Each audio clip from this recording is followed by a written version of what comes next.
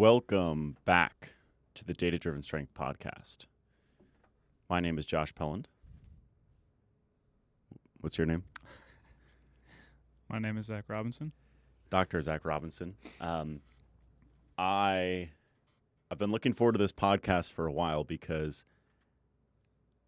at least once a month I wake up in cold sweats from a dream in which I get a Google Scholar notification and the Norwegian Frequency Project has finally been published.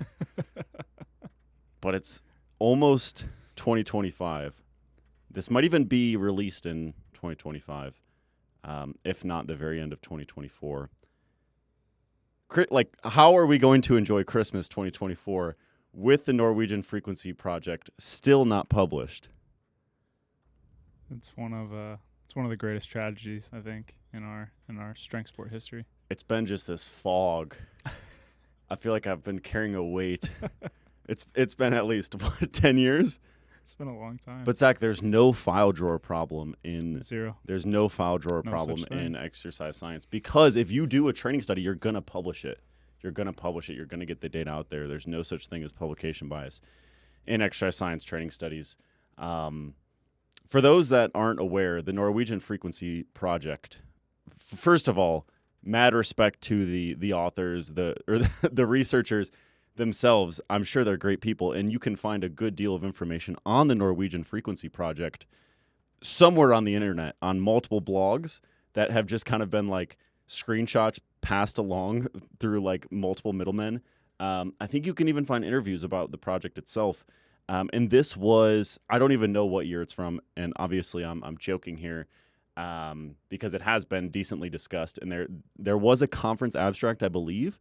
Oftentimes with conference abstracts, you can find that abstract, like the actual website of the organization, for example, or they're on ResearchGate. You can't find it anywhere. You can just find it on blogs. But nonetheless, this was a study that was presented at a conference and, again, was kind of discussed in evidence-based fitness at the time, comparing lower versus higher frequencies that was volume equated on strength gains. I think the abstract is now gone. Yeah. It's been gone for a while, bro. Oh, okay. No, if it ever existed on the internet. I'm not sure if you ever listened to the Iraqi Nutrition podcast. That was a really, really good one back in the day. There's an interview on that, I think, from one of the people that were involved. So that's probably there's an article on Stronger by Science, and I think the guy that ran it, or one of the guys or gals that ran it, was helped with that, if not wrote it. I think Menno Henselmans has an article on it, and there's at least one other that I'm not thinking of. So the data's there. The data's there. The data was collected. We just have never gotten it actually published. One of the great mysteries of our field, the Norwegian Frequency Project. Is this just like a foray to say like one study just beats what we just did? Yeah. So basically, we did it because it's newer. Yeah. Well, once that's published, then that's obviously the thing, right? That's going to be how I change my program for the next week. That's going to be my content for the next week. That's for the awesome. next week. That's actually what periodization is. If you periodization. Evidence-based periodization is changing your training based on the newest study. Holy shit. We just cracked the code. I think that's it. Oh, I think my that's gosh. it. Imagine adding sets and then going to all length and partials the next week and then training to failure, but then doing low load BFR. It'd be pretty sick. What would that look like from the last month? Okay, so let's start with when our preprint was released. At this point, I can't remember exactly what it was. Let's call it 6 weeks ago, Sure. 8 weeks ago. Sure. Okay, so we had that. Not 52, so the data set didn't go all the way up to that because 45. It was average volumes. Yeah. It wasn't peak volumes because the Ennis study they did not train at 52 weeks the entire time. I think it's 45. 45. Boom, 45 sets. Yep. Just like that. Getting after it. Yep. What came out shortly after that? Trying to think. We've had a couple other volume related papers. We had one from Moreno and colleagues. I was going to say you got a couple papers that don't show a benefit to increasing your volume, so you're keeping it at that 45. Yeah. Like that's staying the same. You know what I mean? There we go. You're just staying there. Yeah, so there was a study from University of South Florida and like as of recording this, like 2 days ago from Tampa, both looking at a similar research question. So basically maintaining previous training volumes or increasing training volumes by a certain amount. Again, each study had different designs. And broad strokes, there weren't any effects there for maintaining your previous volume versus increasing. So we're at 45 sets. We're staying there. We're cooking. We are in our chill zone if you listen to the Buckner podcast. Oh, yeah. This is a random topic now, but we were talking about this a little bit this morning. I wonder if you could reanalyze the relative change in training volume papers based on the number of sets that they actually did. Well, you would have to like have an effect for each participant. Is that what you're saying? No, I'm saying you can't do it now, but I'm just like conceptually, like, is there a dose response if you were actually looking at the absolute number of sets that they did rather than the conditions they were assigned to? Yeah. Yeah. But that could be as little as n equals 1 for each effect. So I'm not following. I'm just saying, like, instead of them being in their groups, yeah, remove them from the groups. Yeah. How many sets did they actually do, and then reanalyze? So what Zach is saying, so like a participant level meta-analysis. Yeah. Okay, so what Zach is saying, and Zach and I have gone back and forth on this a little bit. We're on a tangent all of a sudden, but it is what it is.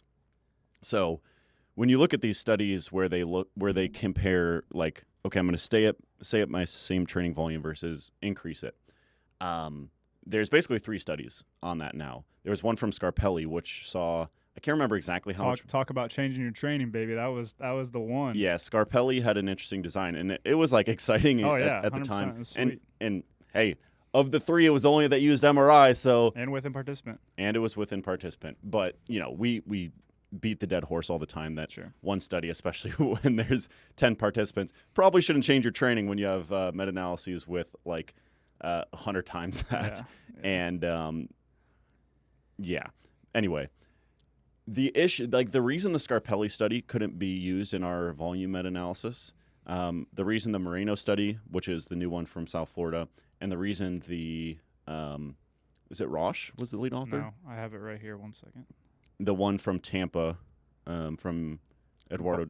Go for it. Barson. Okay. Barshun. Yeah. So the reason you can't use those in a volume meta-analysis, or at least the reason we chose not to, is because it's based on pre-training volumes, and those weren't necessarily standardized, right? So if I took Zach off the street to join my study with a design like that, he could have been doing 50 sets a week, and let's say he maintained his training volume because that was the group he was allocated to. He continues to do 50 sets a week for the measured muscle group, but maybe the average for that group was just 10, right? So it wouldn't be appropriate to include his hypertrophy within a group level effect in a meta-analysis for an effect at 10 sets. You could make a practical argument, be like, that's kind of an extreme example, and most of them are probably clustered around the average because that's what an average is, and that's kind of what a meta-analysis is anyway. But that is why we didn't include it. And in a lot of ways, when we decided not to include the Scarpelli study on the front end, it was kind of like that could tip the scales in favor of volume, of higher volumes because of the effect that we saw in the Scarpelli study. But anyway, we're at 45 sets. We're coasting there, right? We're just coasting because I'm not going to increase. There's no benefit. Within 48 hours, or maybe it was like 72 hours, we had 3 muscle length studies added to Sport Archive, the preprint server for exercise science. Let's see what we got here. One where the esteemed James Steele was a part of, as well as the esteemed James Fisher, Luke Carlson, and the first author. I'm going to let you do this one. I'm not looking at it. David G. David. The infamous. Schneider. There we go. David Schneider. What was the what was the sample size in that? Was it like 100 or 200? Yeah, it was a lot. Basically, I think they got. I gotta check now. Now I'm curious. Should dwarf everything else though. Ultimately. Within 48 to 72 hours, we had 3 muscle length studies. Yeah, that's crazy, right? You wouldn't even expect 3 training studies in that time about 5 years ago. Yeah. So it was 163 people assigned to length and partials, and 134 people assigned to full range of motion. Wow. So So almost close 300. to 300 people. I don't do public math. It might be a little over 300. I'm not going to try to do the math in my head. But it's just under. No. Okay, wait, hold on. We got to go back one study on Sport Archive because the one before that is by Herman and colleagues from Lehman College, which showed, or they did a volume-equated single-set Not single protocol. set. Okay, hold on. I was going to get to that. Okay, I'll let you go for it. No, go for it. Each exercise was performed with one set. The per muscle volumes were like, what, 4 to 6? Right with minimum dose. Yeah, right around 4 to 6 sets. One group trained at 2 RIR. Yep. I have only skimmed the paper up to this point, and the other group trained to failure. Yep. And there were, a little bit of a leaning towards the failure condition. So we were at 45 sets. This new Lehman College paper comes out. What are we doing with our training for this week's periodization? Clearly, there's leaning. We must go to failure, right? We must go to failure. Okay, so we're at 45 sets to failure. But because this was obviously a volume study, I have to change my volume, right? I mean, they totally used volumes and measured hypertrophy, so therefore it's a volume study, and they saw certain hypertrophy. Man, dude, we need to do a whole podcast on this because we've been talking about this a couple times. Like, if you don't realize that there are between study factors that influence the amount of growth, strength gain, what have you, that completely changes the picture between studies, I would ask you, think about that pretty deeply. Like, just sit in the thought, right? Like, just sit in the thought. Feel your big toe touch the ground. Take your grass, preferably. Yeah. Yeah. What you should really do is ground. Yeah. Just really feel the earth. Feel your bumper. Feel your rear end in the seat, and just think about the question of within study versus between study comparisons. Yeah. And just realize that we made the ultimate sin with that by doing a meta regression, right? No. Okay. At this point, everyone is lost. Yeah. But we are kind of memeing because we just did, 45 sets. Okay, now we see a low volume study produce pretty good hypertrophy to failure. Now I just changed all my protocols from, let's call it 6 sets per exercise to 1 set per exercise. I was going to say, this is a basic example I literally just thought of. Okay, take this low volume study that we just had, the one that was an RER study, but it's low volume, right? What has been the predominant narrative about training for the past year and a half? What has it been? Wait, rephrase the question. What's been the main topic of conversation for the past year? Range of motion. Range of motion. Yeah. Range of motion, exercise selection, those kind of things, right? Yeah. Do you think some of that thinking could have pervaded into the training study that they designed with the low volumes? That would have been a different comparison than a training study performed 15 years ago? Yeah. You know what I mean? Like, it's just like there's so many things like that just make the between study comparison different there that you have to. Yeah. You just really have to focus on things within study. Like the best example of this, and this is a point that you like to bring up, so I'm absolutely stealing this from you. This is not my thinking here, but like if you knew an effect was there and you were to put in some priors regarding what we generally expect in terms of variance from resistance training studies, and you simulated 10,000 iterations of studies with low sample sizes reflective of what we have in our field, and you got that mean effect that you knew was going to occur, you're going to have a normal distribution of effects. Crazy concept. And like, let's take an extreme example. Zach, you can course correct me here because I largely defer to you with a lot of these concepts, but let's say we did something we know works, like not training versus training. And let's say you had just a basic program of resistance training versus a time-matched control that doesn't do any training. We know that there's going to be an effective training. But let's say we had 1 million studies, each with 8 participants per group. So 8 participants in the training condition and 8 participants in the control condition. Would there be any instances in those 1 million studies where the control condition sees a greater increase in muscle size compared to the training condition? I'm almost positive that is true. even just think about measurement error. If a study doesn't actually have muscle growth occurring, or if it's very, very minimal, and measurement error is poor, or measurement sensitivity is poor, you could definitely have basically everybody in the control group swing in one direction, and just by chance. Especially with 8 participants per group. So looking at the infamous Steele meta-analysis on variation, if I'm going to go to hypertrophy, basically... So this is a meta-analysis that looked at the pooled effect and variance thereof of non-training control conditions in resistance training studies. Yeah, basically I would say there's, a good portion of this, I can't really show it to you. Let me just... I know what the effect, I know what it looks like in my head. There are literally effects on the left of the zero line, which indicates that for hypertrophy outcomes. For training groups. Favoring the control. So favoring the control. Control group is showing a superior outcome. And obviously there weren't a million studies in that. Exactly. So I just think of, that's an extreme example in a lot of ways, but it's kind of not an extreme example. And that's actually that's a fantastic way to demonstrate this. Yeah. I never thought about that. Like, that's a very good way to point it out. Be like, that's not true. Dude, we had a meta-analysis with 1,000 participants. We spent 5 freaking... So I try not to cuss on the podcast because we got a comment one time like, hey, thanks for not cussing so I can listen to the show around my kids. So I try not to cuss. We had, we've talked about all the limitations for countless hours of that analysis with 1,000 participants. We literally meta-analyzed it, depending on how you count it, dozens of ways for volume.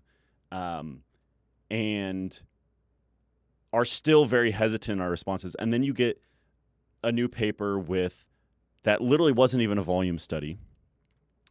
And they saw more hypertrophy than a high volume group in a different lab, or it didn't find an effective volume. It's like, cool. I hope it's come across very clearly in previous podcasts. We've literally had multiple viewpoints on, and I've even said dozens of reasons why I am skeptical of high volumes from a practical perspective.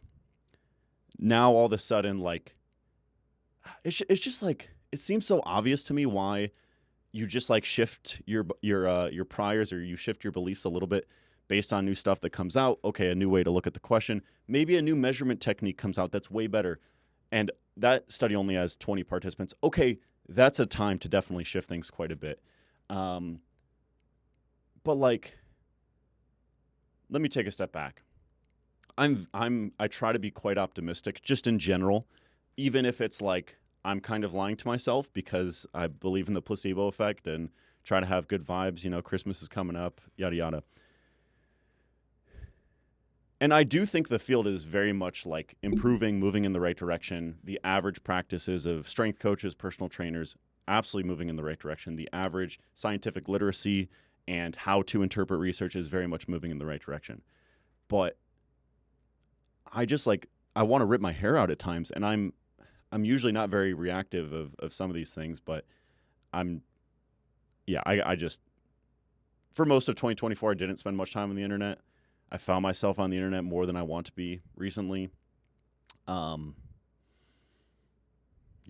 don't know. Hopefully you catch my drift. It can be frustrating. No, I get you. I think, I just think having done a few big projects, here's a practical example of maybe where this stuff starts to get developed in our brains.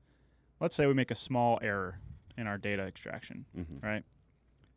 Seems like it's a pretty big deal, right? Seems like we made, this is going to completely change things, right? It's going through every single study and have some small systemic error. Let's just say we added a comma somewhere or added a zero somewhere or something like that. And it really doesn't change things that much. And you start thinking about all these little individual studies compared to a meta-analysis with so many participants, so many studies, already a very high variety of effects. Just the ability for one study to move the needle in the absence of it truly breaking new ground, like you said, of a different measurement technique, a completely new study design, looking at a completely different population, which I think is few and far between this day. But and that's a tougher one because it's does things fundamentally change? And it's kind of some of those instances. It's hard to say. But unless it truly breaks new ground in some way, for the most part, man, it's just going to slowly inch things over time, right? Yeah. And just, and we try to be communicative of that when we were talking about the outcomes that we've talked about so far, and saying that, you know, it's not the end all be all. It's not the final book on volume. There's all these things that we personally have slight skepticisms on, and probably slightly different, just like personal beliefs when we kind of manifest some of those limitations. But the world goes on.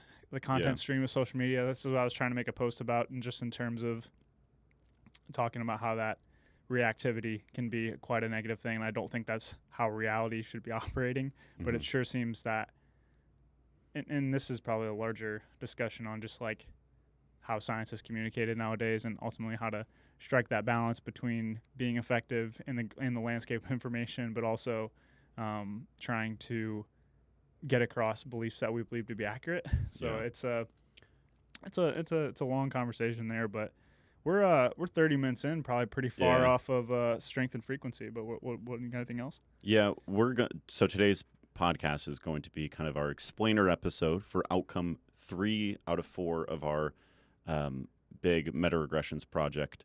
Again, the independent effects of weekly frequency on strength gains. So we'll get to that and dive in here in a second. Any other reflections on how folks have interpreted our work up to this point? Some of the, when something new comes out that begs more questions, what do you think of those questions up to this point? I mean, for the most part, I think people are interpreting it like, I don't think people are being malicious in the way they're interpreting it. They just genuinely value different things, and probably come with a pretty strong different set of beliefs into the equation.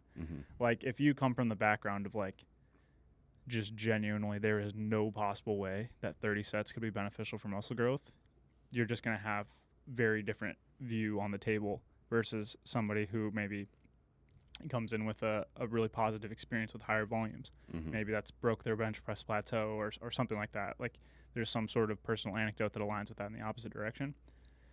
But at the end of the day, I think that just my daily grumble at this point, I think that just kind of, you know, makes me feel a little bit disgruntled, is just like this constant pinball of the state of the evidence that is essentially a drop in the bucket, and people view the impact of an individual study like, let's say I have literally a glass of water, and putting a drop into that glass of water is going to dramatically change the surface of that glass of water, right? But in reality, what you're doing is, after you put that drop in, you take that glass of water and then go pour it into the ocean. And so the impact of that is like, it seems like it's being very overstated, and obviously that's part of social media, but I think, you know, just having done some of these larger scale projects, I think that's just probably something we have a little bit of a particularly vested interest in terms of just knowing every individual study, the amount of variability, things like that. That just, I think I wish the world was a little bit less reactive to things in kind of a news-oriented format, but I also understand that's kind of how the world works. Yeah. So it's challenging, though. I think that probably ends up confusing more people, particularly people who are maybe less scientifically literate and kind of feel like things are constantly changing, going back and forth, and that's just not how things really operate. But yeah, I could go on that for hours, but yeah, that's where I'm at. And I want to be clear about something. Even though we get frustrated with like certain ways that people communicate new findings of studies or whatever, like, in a lot of ways, like the way I said that, it might have come off as like holier than thou, which I want to be very clear. Like, we do things the way we do them for a reason, because we think they're the right way to do them. But like, I'm not saying our shit doesn't stink. Oh no, and we've definitely played into the whole, like, looking back, like, I would make posts about individual studies and really glorify the findings and try to figure out the puzzle by looking at these, you know, different study level characteristics that are going to tell me some grand story.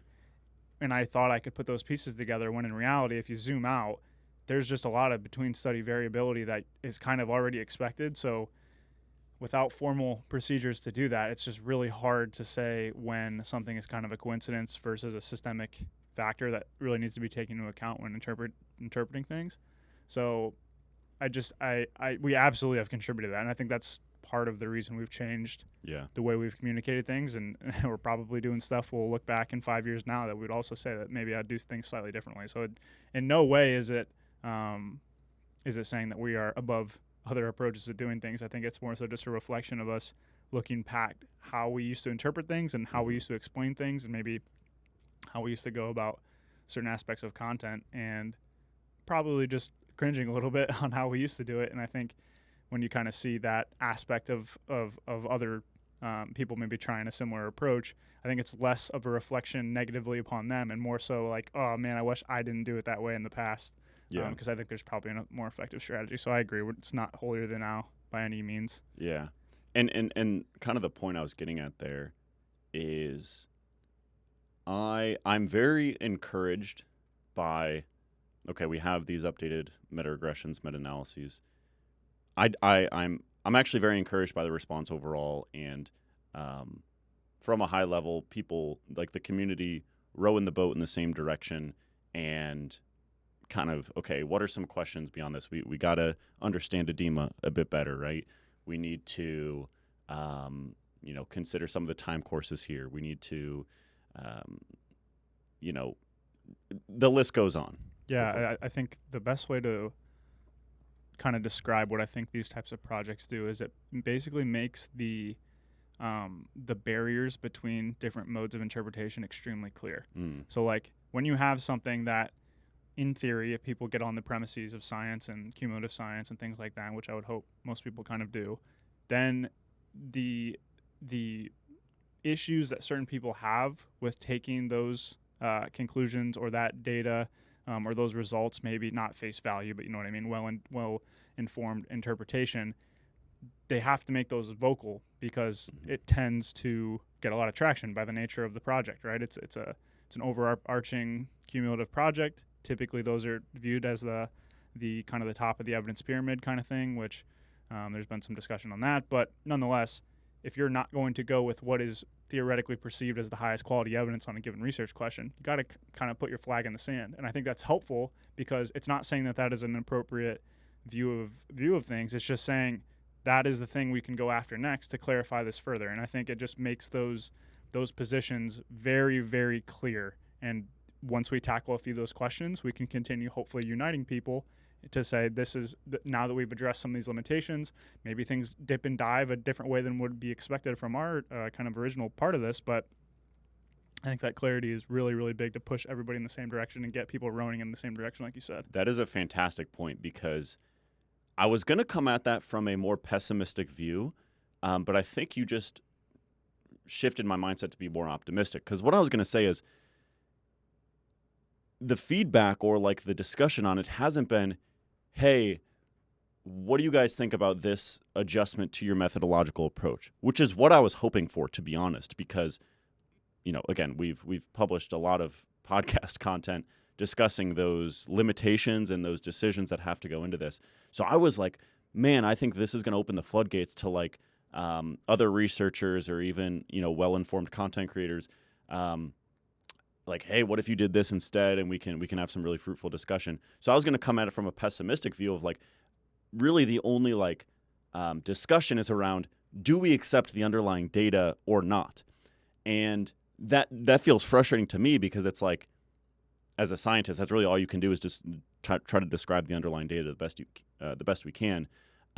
So it's kind of like a moot point in terms of the meta-analysis itself.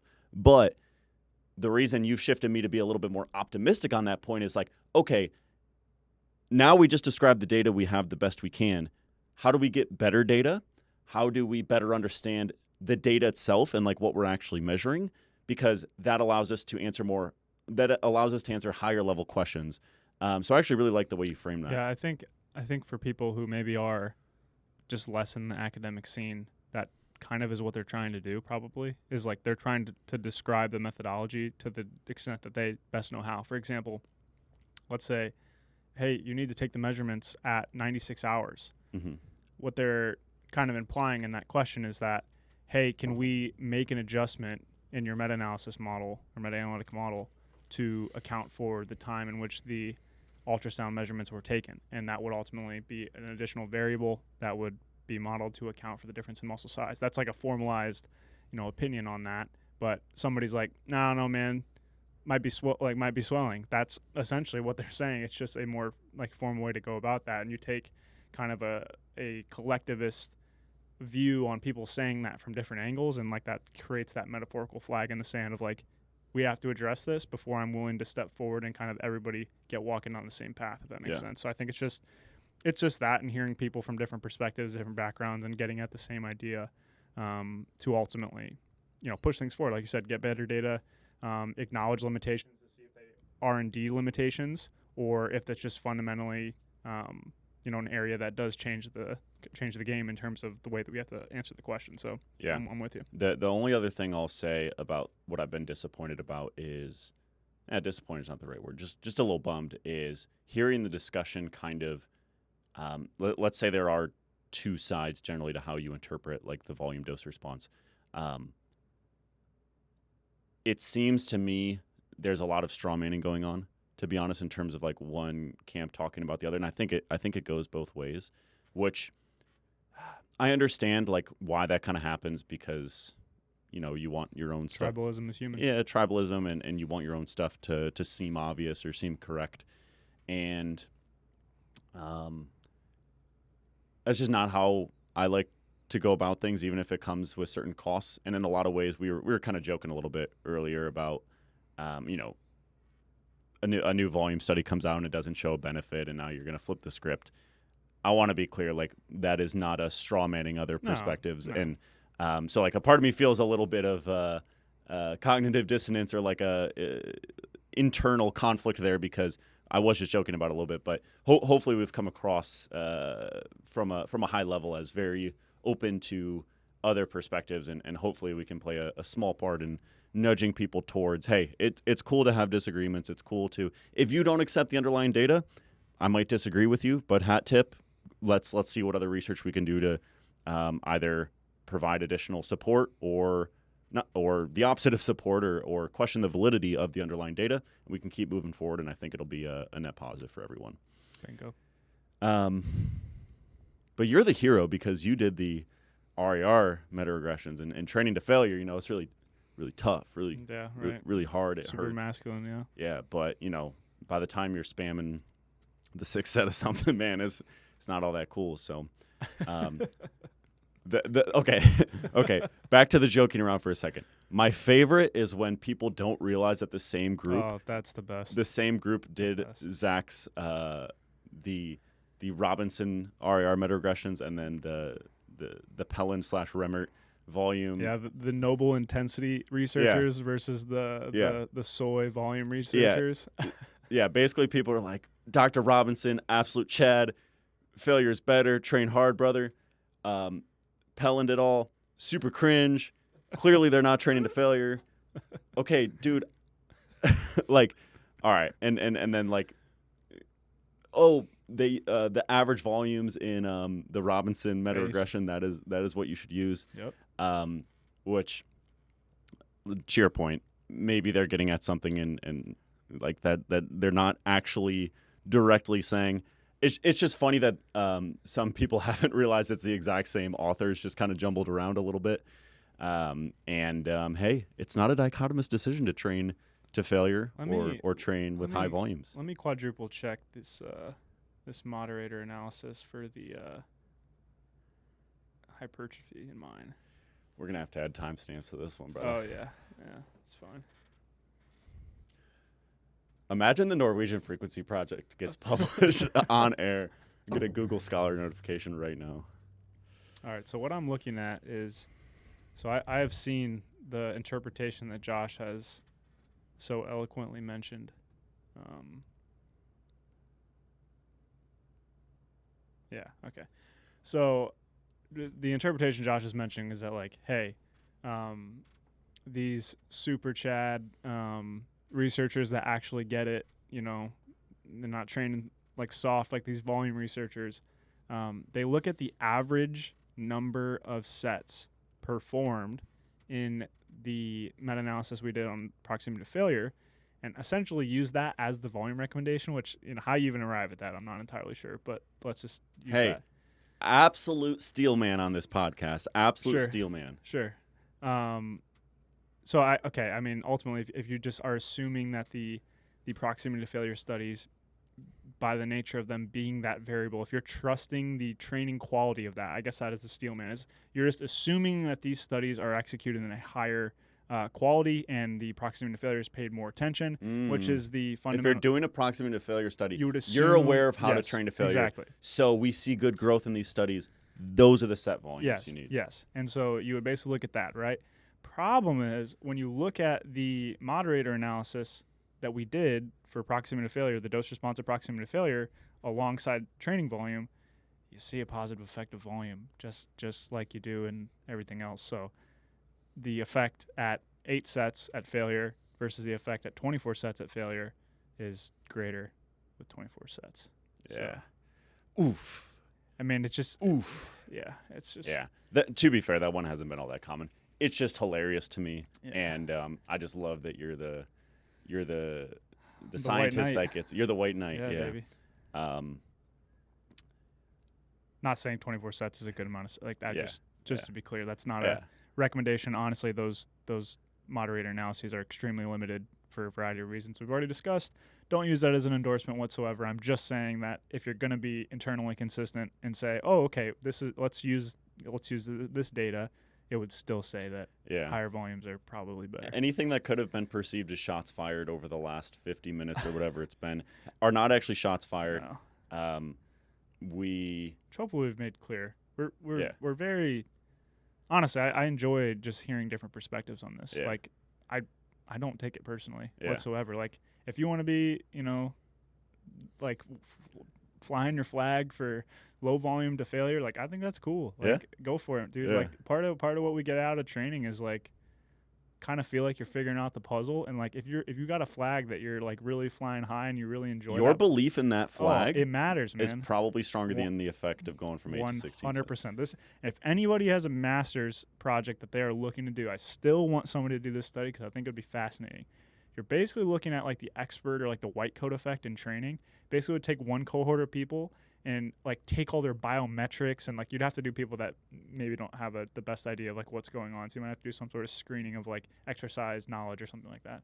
But take all their biometric information, like really, really seem like you're paying attention to every single detail, and then give them some training program. Samples, everything, samples, stool samples. My brother's done stool research, and those refrigerators are not where you want to spend a lot of time.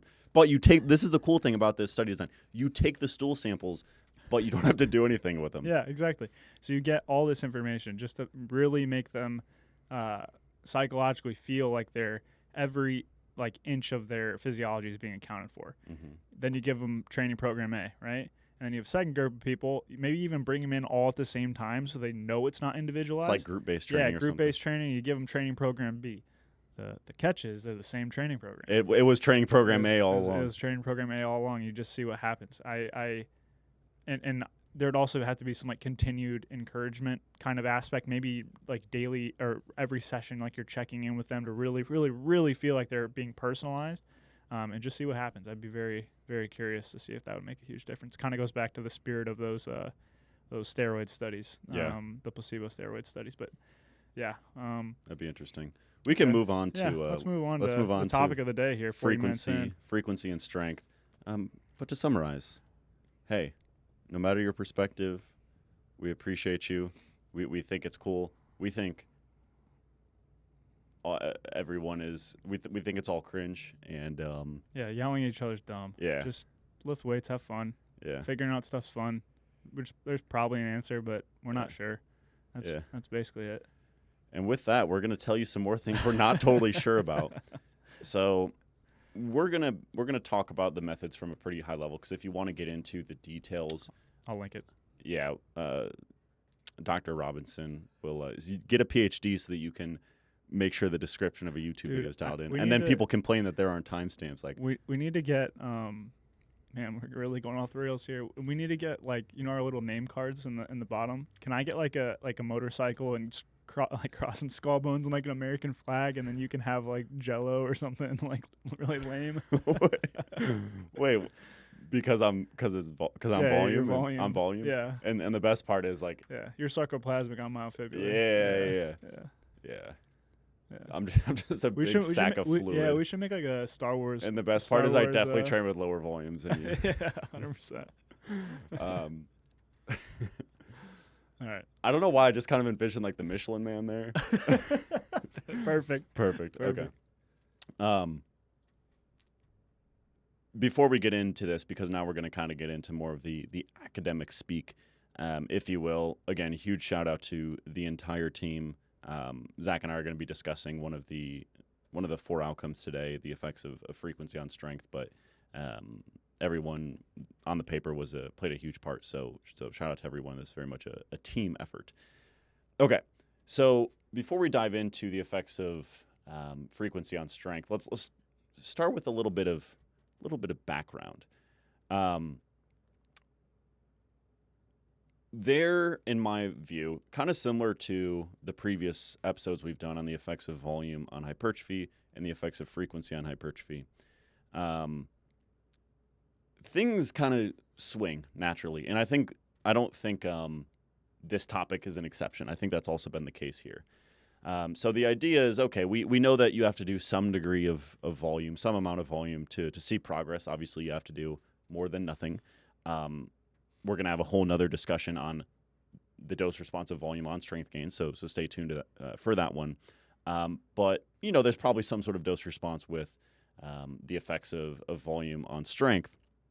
But what we're interested in here is to what degree is there benefit, if at all, to breaking up that given dosage or that given number of sets you're doing for strength gains. We know it has to matter to some degree. You can't do all your volume for 2025 on January 1st and call it a year. You could also argue the other extreme that you probably don't want to break it up into one set every hour. There needs to be some amount of recovery at some point. So the question is, okay, at what point is there kind of a sweet spot, if there is one, and what is the independent effect of frequency? So in my mind, there have kind of been shifts back and forth between higher and lower frequencies for strength gains. So Zach, if you throw up our first slide here, what I've put together is what I'll call some high-frequency propaganda. So in the top left of the image here, you can see that is a study from, I think, Dankel and colleagues is that one. It's definitely from, I know Jeremy Lenicky was on that study. I think, therefore, it was from Ole Miss. Oh, wait, no. The top left one is from our lab. Yeah, that's from Zordos and colleagues. Nice. The Dankel one is the bottom one. So the top left one is a case series from our lab. This was before we got to the lab, and it was daily 1 rep max training. And these were pretty well-trained folks. And you can see, obviously, there's some variability there in the loads lifted on a day-to-day basis for this daily 1 rep max program and the back squat. But for trained lifters over the course of, I think it was 36 days, we definitely see some strength gain, right? So you could extrapolate that, get pretty fired up and say, okay, frequency matters quite a bit because we see well-trained people get quite a bit stronger in just over a month. Awesome. On the bottom there, you also see a daily 1 rep max sort of program here. So there are 2 lines there over the 21-day study.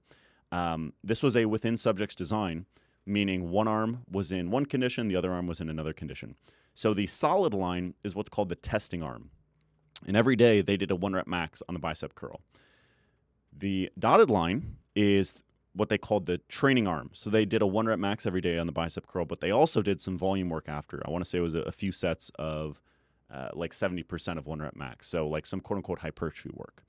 And what you can see here is that, hey, both of these conditions got quite a bit stronger, again, just in a few weeks.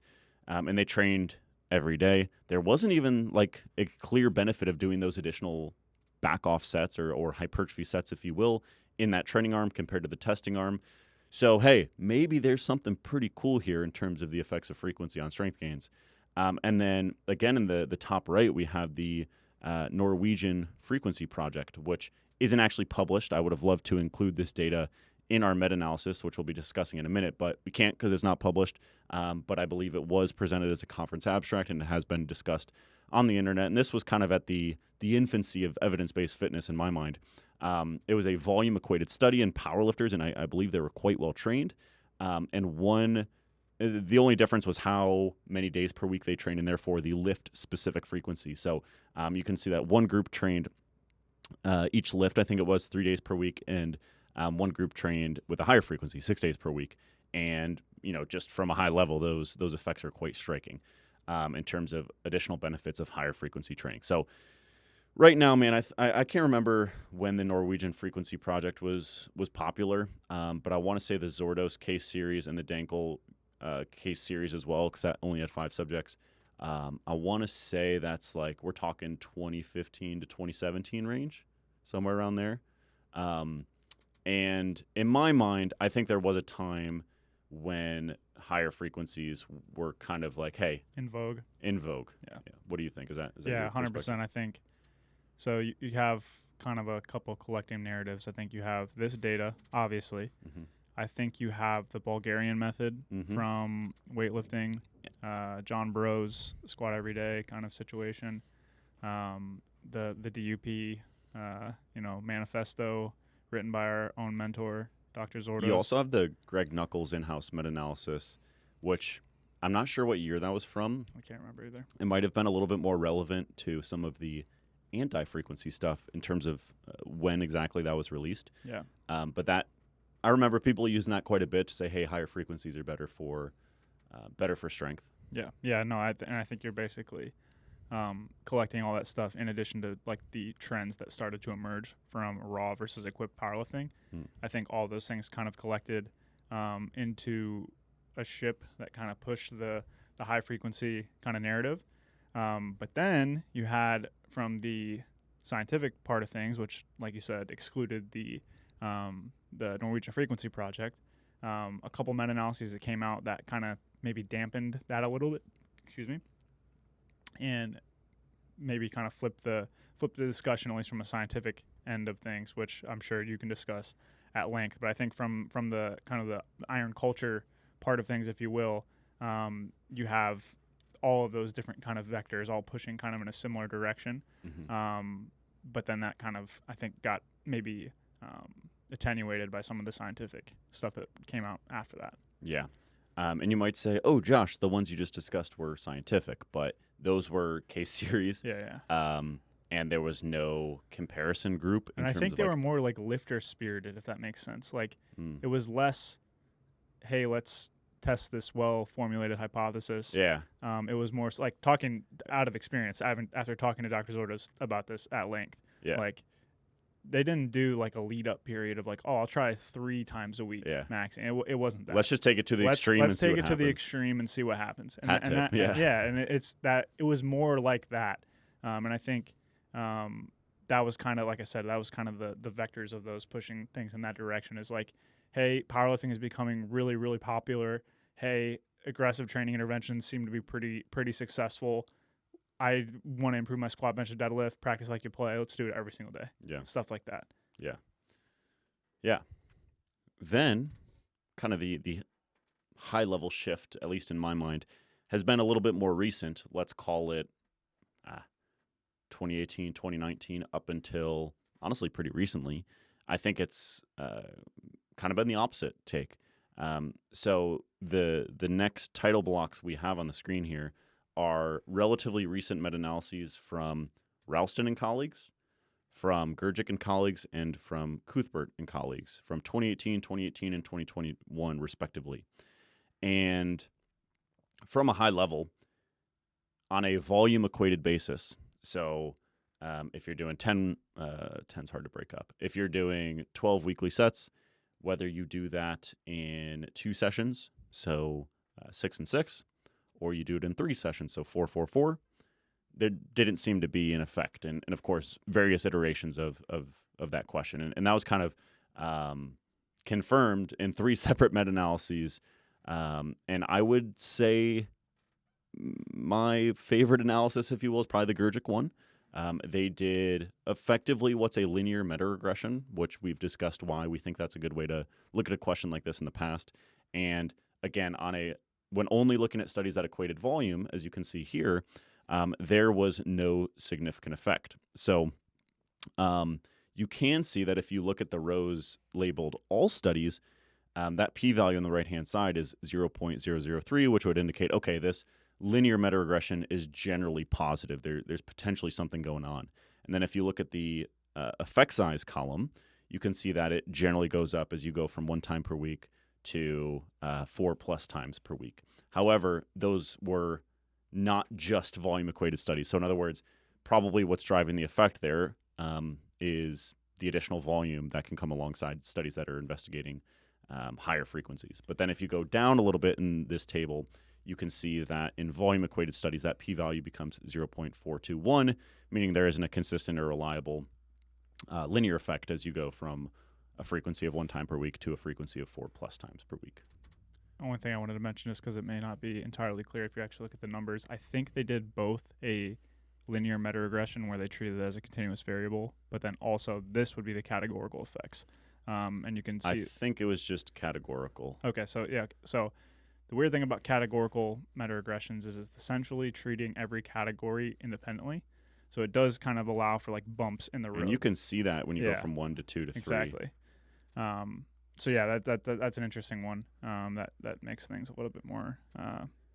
It just exposes the area, one of the areas we ultimately wanted to kind of build upon. Totally. Yeah, right on. So I think the narrative, at least in my mind, might be different in different circles or people that get their information elsewhere or whatever, is that frequency is just a tool to increase volume, even for strength, right? So in other words, sure, maybe on average you do each power lift 2 to 3 times per week, but it's not because 2 to 3 times per week is better than 1 time per week. It's because that allows you to do additional volume. So it's not to say people were pro low frequency. They were just only add the higher frequencies if it's feasible for you, if it's required to get in the volume you need. So in other words, if you are in a low volume program, let's say 4 sets per week for squat, you could do that all in one session, and the data wouldn't necessarily indicate that would be worse than breaking it up into 2 sessions. Seem pretty fair? Yeah, 100%. Cool. That's never sat totally right with me, to be honest. Even just talking about like coaching experience, I think is helpful here. Like, I think our backgrounds in coaching are probably different. I think we probably both kind of converged over the years, but I know for a while, like, there was absolutely a benefit of like frequency for the bench press for some of my clients. Even when volume was fixed, that seemed to like break like a considerable amount of plateaus. Now, coaching experience, anecdotal limitations, of course, but like when you talk about being a little bit skeptical of that, like, man, that helped me personally. So that kind of started that off for me. And then having a couple clients that really seemed to really, really help, seemed to like kind of always be in the back of my mind of like, this seems a little bit, different than I may expect. Yeah. In a lot of ways, I don't think we were unique in that perspective. I think there was kind of a disconnect. Like if you were to make the evidence-based recommendation for frequency and strength, it's like, hey, as long as volume is equated, there doesn't seem to be a significant effect. But also at the same time, every coach knew like, yo, this is something you gotta kind of dial in. And the biggest thing, we'll come back to this, so I'm not gonna harp on this too much, but I think that extrapolating research into very, very niche down strength training / strength athlete programming or training is very challenging, because I think you're not ecologically valid in a lot more ways than maybe hypertrophy training is sometimes. Like just to name a few examples, like no one in a training study is going to use extremely specialized powerlifting technique for the most part. Pretty much no one's going to be as strong as most of the powerlifters we're kind of thinking of that have been in the game for a while. That's an obvious one. People talk about that a lot. And all of those kind of things kind of collect and manifest. And then the most important one is the training programs that particularly of older studies do not reflect how powerlifters train.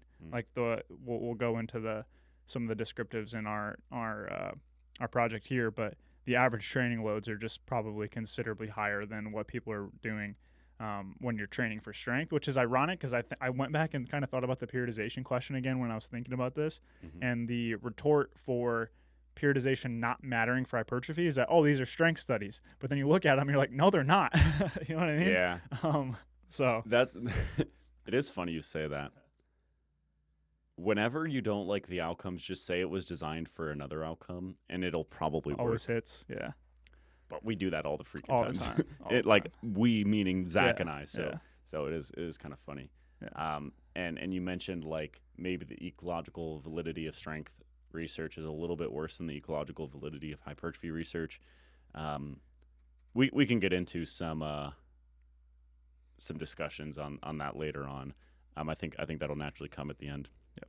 But returning to the research and kind of where the state of the evidence was, at least in my mind, to be clear, those analyses were, there's nothing wrong with them. It's just steps in the right direction, but just didn't really sit right with me. And something that I always recognized with the volume research and the frequency research is there's not a very clear like definition of what frequency is. So, for example, I'm trying to think back to the Knuckles analysis he did for Strong by Science, and it's all getting mixed up in my head, so I'm not going to use that example right now. But I want to say the Gurgic meta-analysis used kind of like muscle-specific frequency. So let's say that squat 1 or M is the outcome of interest. But they did squats on day 1, leg press on day 2, and leg extension on day 3. To my understanding, I think the Gurgic meta-analysis would have counted that as 3 times per week. I could be getting them messed up in my head. Maybe that was the Ralston one. And then I can't remember exactly how Greg Knuckles did it, which it's bothering me because I feel like it's on the tip of my tongue. I want to say that, anyway, I'm not going to try to remember that and then misquote it. And I might have just misquoted Gurgic. But the point here is that there's kind of been, definitely inconsistencies. Are we talking about the lift itself? If we're measuring squat, are we talking about how many times per week you squat or how many times per week you train glutes, adductors, and quads, right? So it's been inconsistent. And also, if I am going to be a little bit critical, if you will, of previous work, which I don't like to do, it hasn't been very clear, to be honest. And that's been something that has just been like, man, I Zach and I kind of joke that when we see something, we're just like, we want to do it ourselves. So we can feel good about kind of the nuts and bolts underneath. Not that it's perfect by any means, but just understand the decisions very intimately to get to the outcome. So I think that was a big driving force for me in terms of wanting to look at the effects of frequency on strength. It doesn't really seem to align with what we see in practice. I want to kind of come at it from like a powerlifting coach perspective of how would I actually think about frequency in a practical setting. And importantly, even though Gurgic did a great job doing a meta-regression and the Knuckles in-house meta-analysis also did a great job of doing various meta-regression type work as well, to my knowledge, there hasn't been any projects that have looked at it potentially in a nonlinear sense, right? Which I think is quite intuitive. You would have to imagine that if there was a benefit of frequency, going from 1 to 2 times per week is a larger effect as going from 5 to 6 times per week, right? That's pretty intuitive. So therefore, I think there's room for improved statistical modeling to better understand the nature of that relationship, if there is one. What do you think? I just looked up Greg's analysis, and I keyworded defined, and it just says the biggest drawback of this analysis was defining frequency was somewhat subjective. So it's a perfect thing that, it's ultimately one of the limitations, and the same thing goes with set volume, right? It's just challenging. But yeah, no, I'm with you. Coming at it from that perspective, and then just really digging into all these assumptions that are sometimes probably unintentionally for the most part, until you realize how many decisions need to be made, and when you're kind of doing one of these projects, probably just get swept under the rug a little bit, and you probably, as a reader, don't appreciate how much those can impact things. Like changing the definition of your dependent variable or your independent variable can absolutely completely fundamentally change things. Case in point, if we didn't do fractional, direct, and total for hypertrophy, we'd probably have a pretty different discussion on things, right? So totally. it's just it's so important to kind of go through all of those assumptions and make sure that it fits our scientific brain, but also, hey, as a coach, am I actually asking the question that would actually help me with my clients, right? Yeah, totally. And that's a perfect transition to actually specifying what we mean in terms of quantifying frequency and what we did differently compared to previous projects. So, Zach, you can pull up the table 1B. Yeah, beautiful. Yeah, right there. So this isn't all of table 1B. It's about 4 times as long as that, but I just put like the first few rows of the table.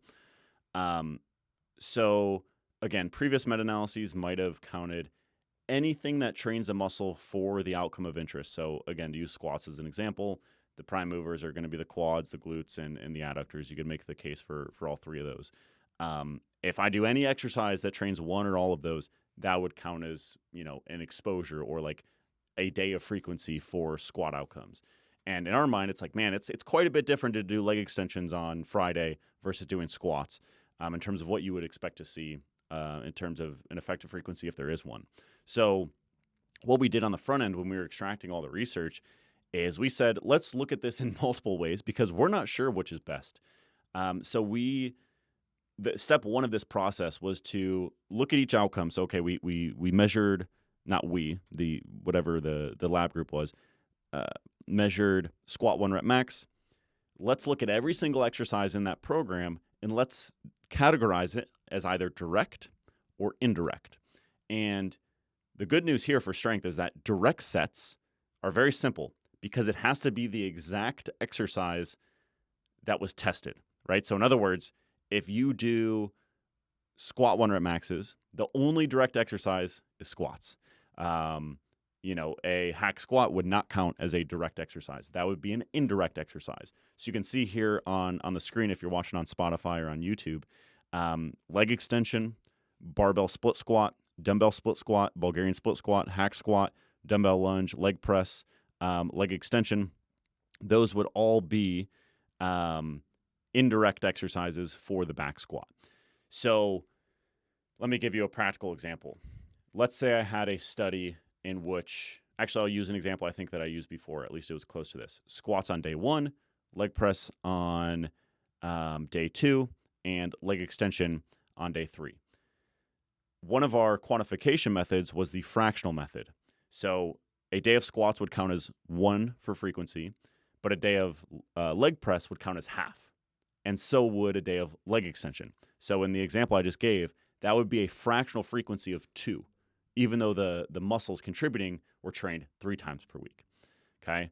So we did that fractional method where indirect exercises counted as half a day. We also did just direct frequency. So only days where you train squat in our example would count as an exposure. Lastly, we did total frequency.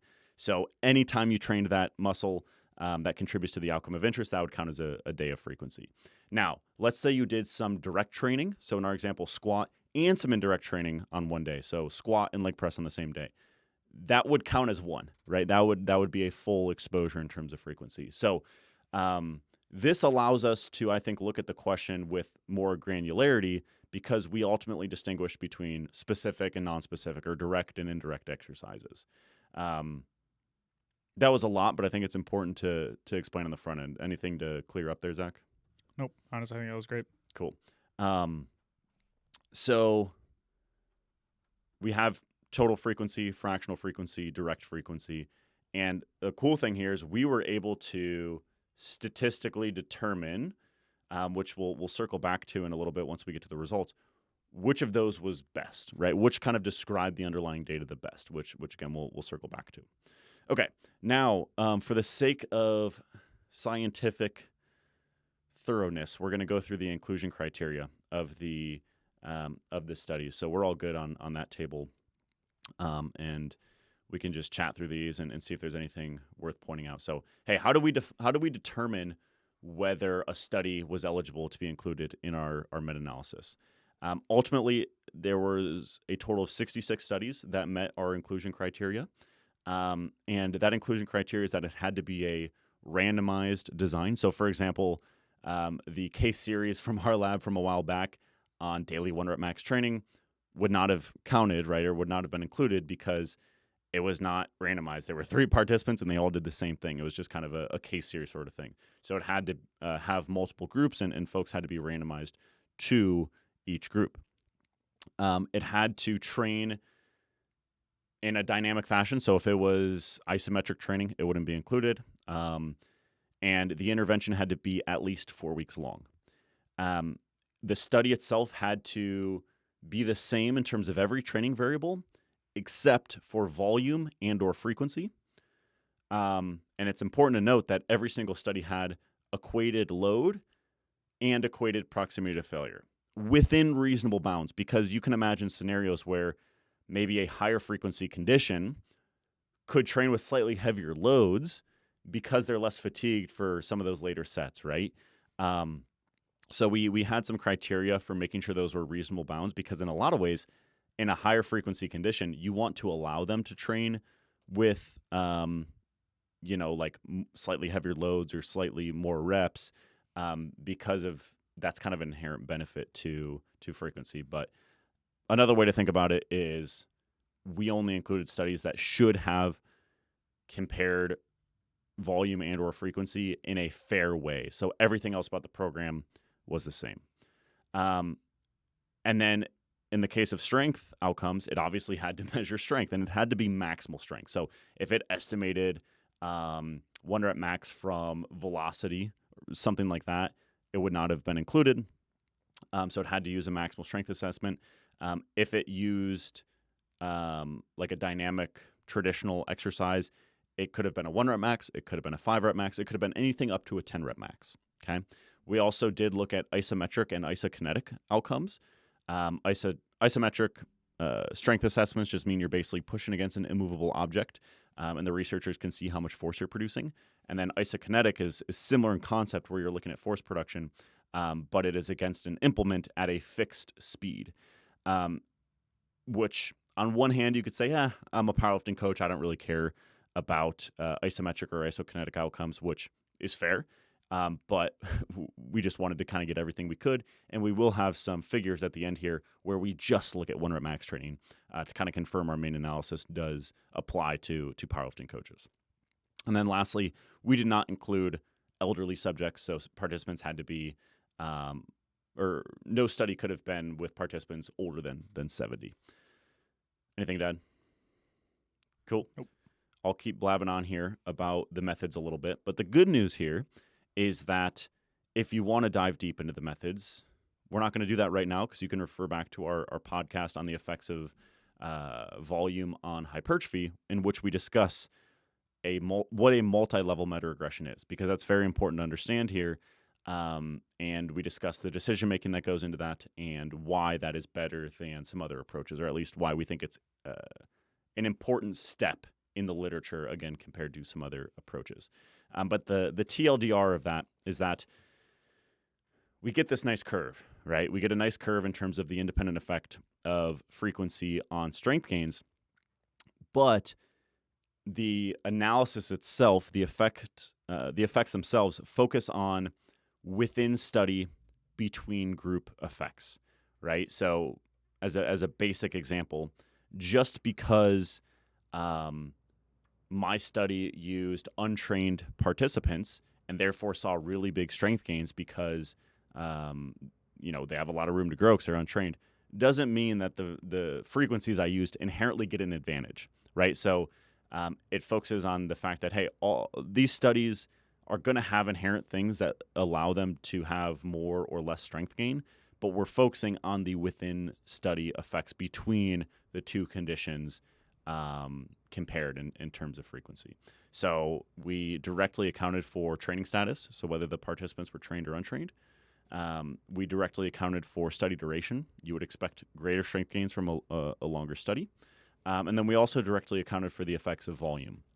So if there is a direct advantage for volume, theoretically our model would have been like, okay, this study had a benefit here and we need to kind of correct for that.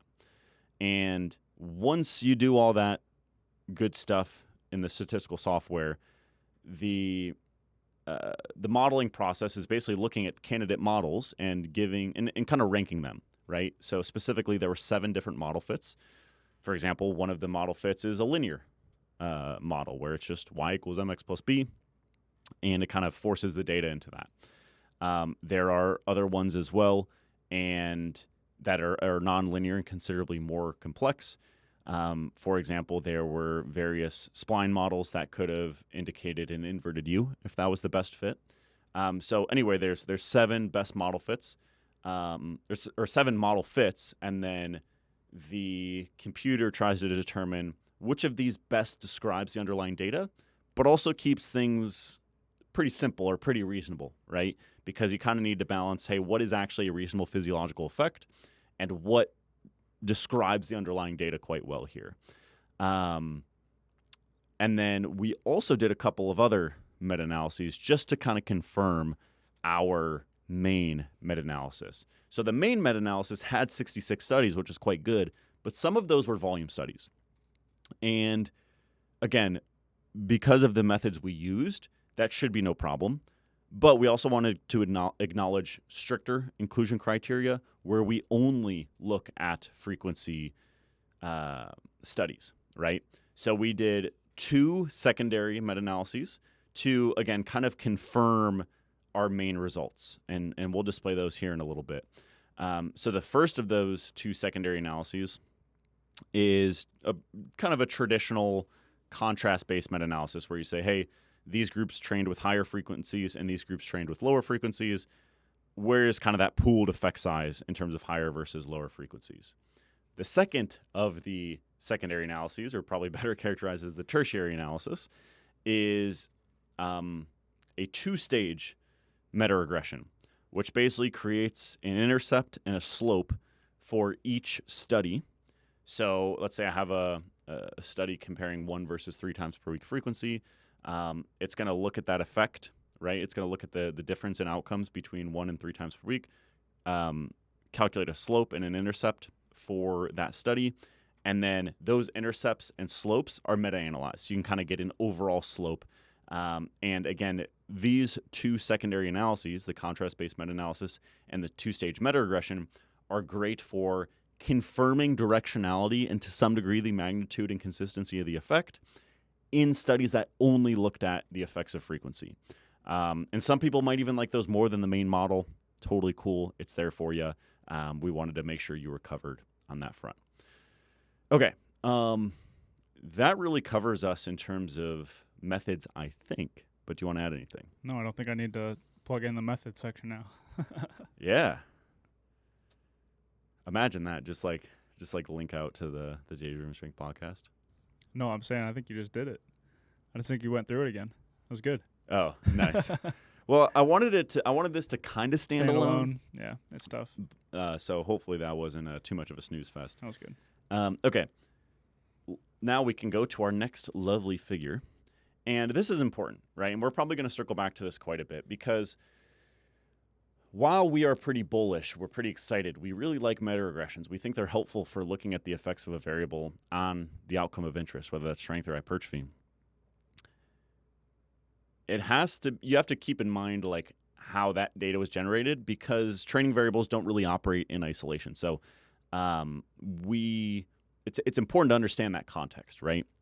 So this figure is just for strength effects, and it provides a visual overview of the distribution of the set volumes used in the studies, the frequencies used in the studies, the reps per set used in the studies, the rest period used in the studies, and the proximity to failure used in the studies. So you can look through that in a little bit more detail if you would like. I'll point out a couple specific figures here. So for these strength studies, on average, the duration of the studies was 10.42 weeks. And a little over half of the studies used trained participants. So it's kind of half and half between untrained and trained, which again, we'll kind of acknowledge that a little bit later as well, because you can't do exercise science research on untrained people. Okay, cool. So for the specific variables on the screen here, the average effect for the average set volume was a little over 8 fractional sets per week. Again, that is fractional sets. So if you were to add up all sets, it would be a little bit higher than that, but nonetheless, pretty low volume. The average frequency was around 2 fractional days per week. So again, if you were to just add up every time a contributing muscle was trained, it would probably be a little bit higher than that, but nonetheless, let's say pretty moderate frequency. Average rest period was a little over 2 minutes. Moderate rest periods, maybe a little bit on the lower end for strength training. And here's the big one. The average reps per set was 9.85. So I don't think that's terribly off from the average reps per set that someone would use in a powerlifting program, but it's kind of on the high side. Lastly, 78% of studies used some sort of failure definition.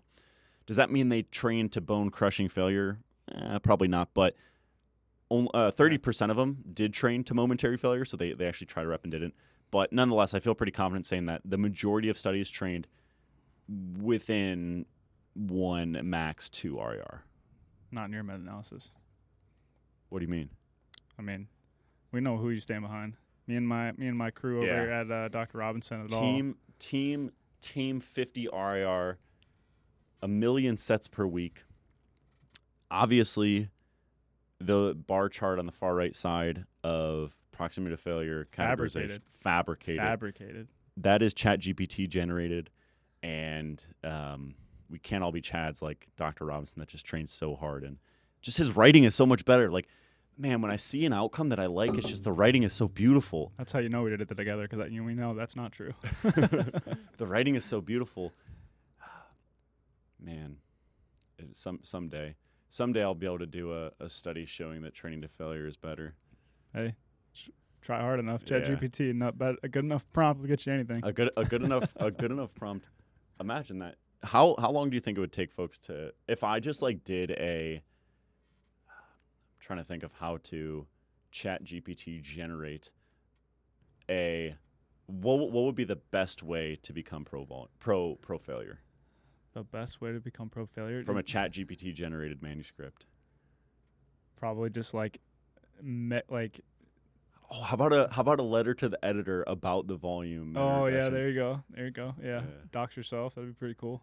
Yeah, man, maybe I could be accepted at that point. It'd be pretty cool. Zach, anything to say on these descriptives of the training programs? No, I think it's more of just an overarching point. No, yeah. Yeah, right. Yeah, no. Right, yeah, no. No, I got nothing. I'm gonna be really hyper vigilant about that now.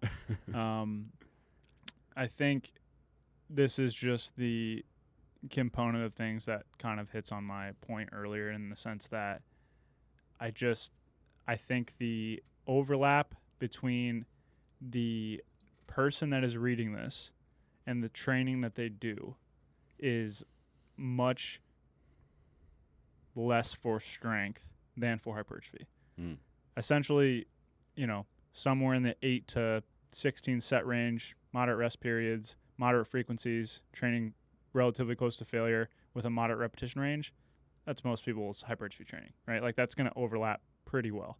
Now, you could take issue with the training status of the participants. Are they actually training to failure? All of those questions are reasonable, but from the nuts and bolts of the training, it's going to overlap pretty well with hypertrophy training, because most studies are generally designed, right? You're kind of just designing a general training program, and hypertrophy is more of a general adaptation. Whereas strength, and specifically strength sports, which I think most people are reading this kind of coming from that direction, like powerlifting, strongman, weightlifting, or I want to get my 1RM chin up, whatever your kind of avenue is for what you're defining strength as. I think it's the average person reading this is probably more in that direction. That's a pretty niched down definition of what that means.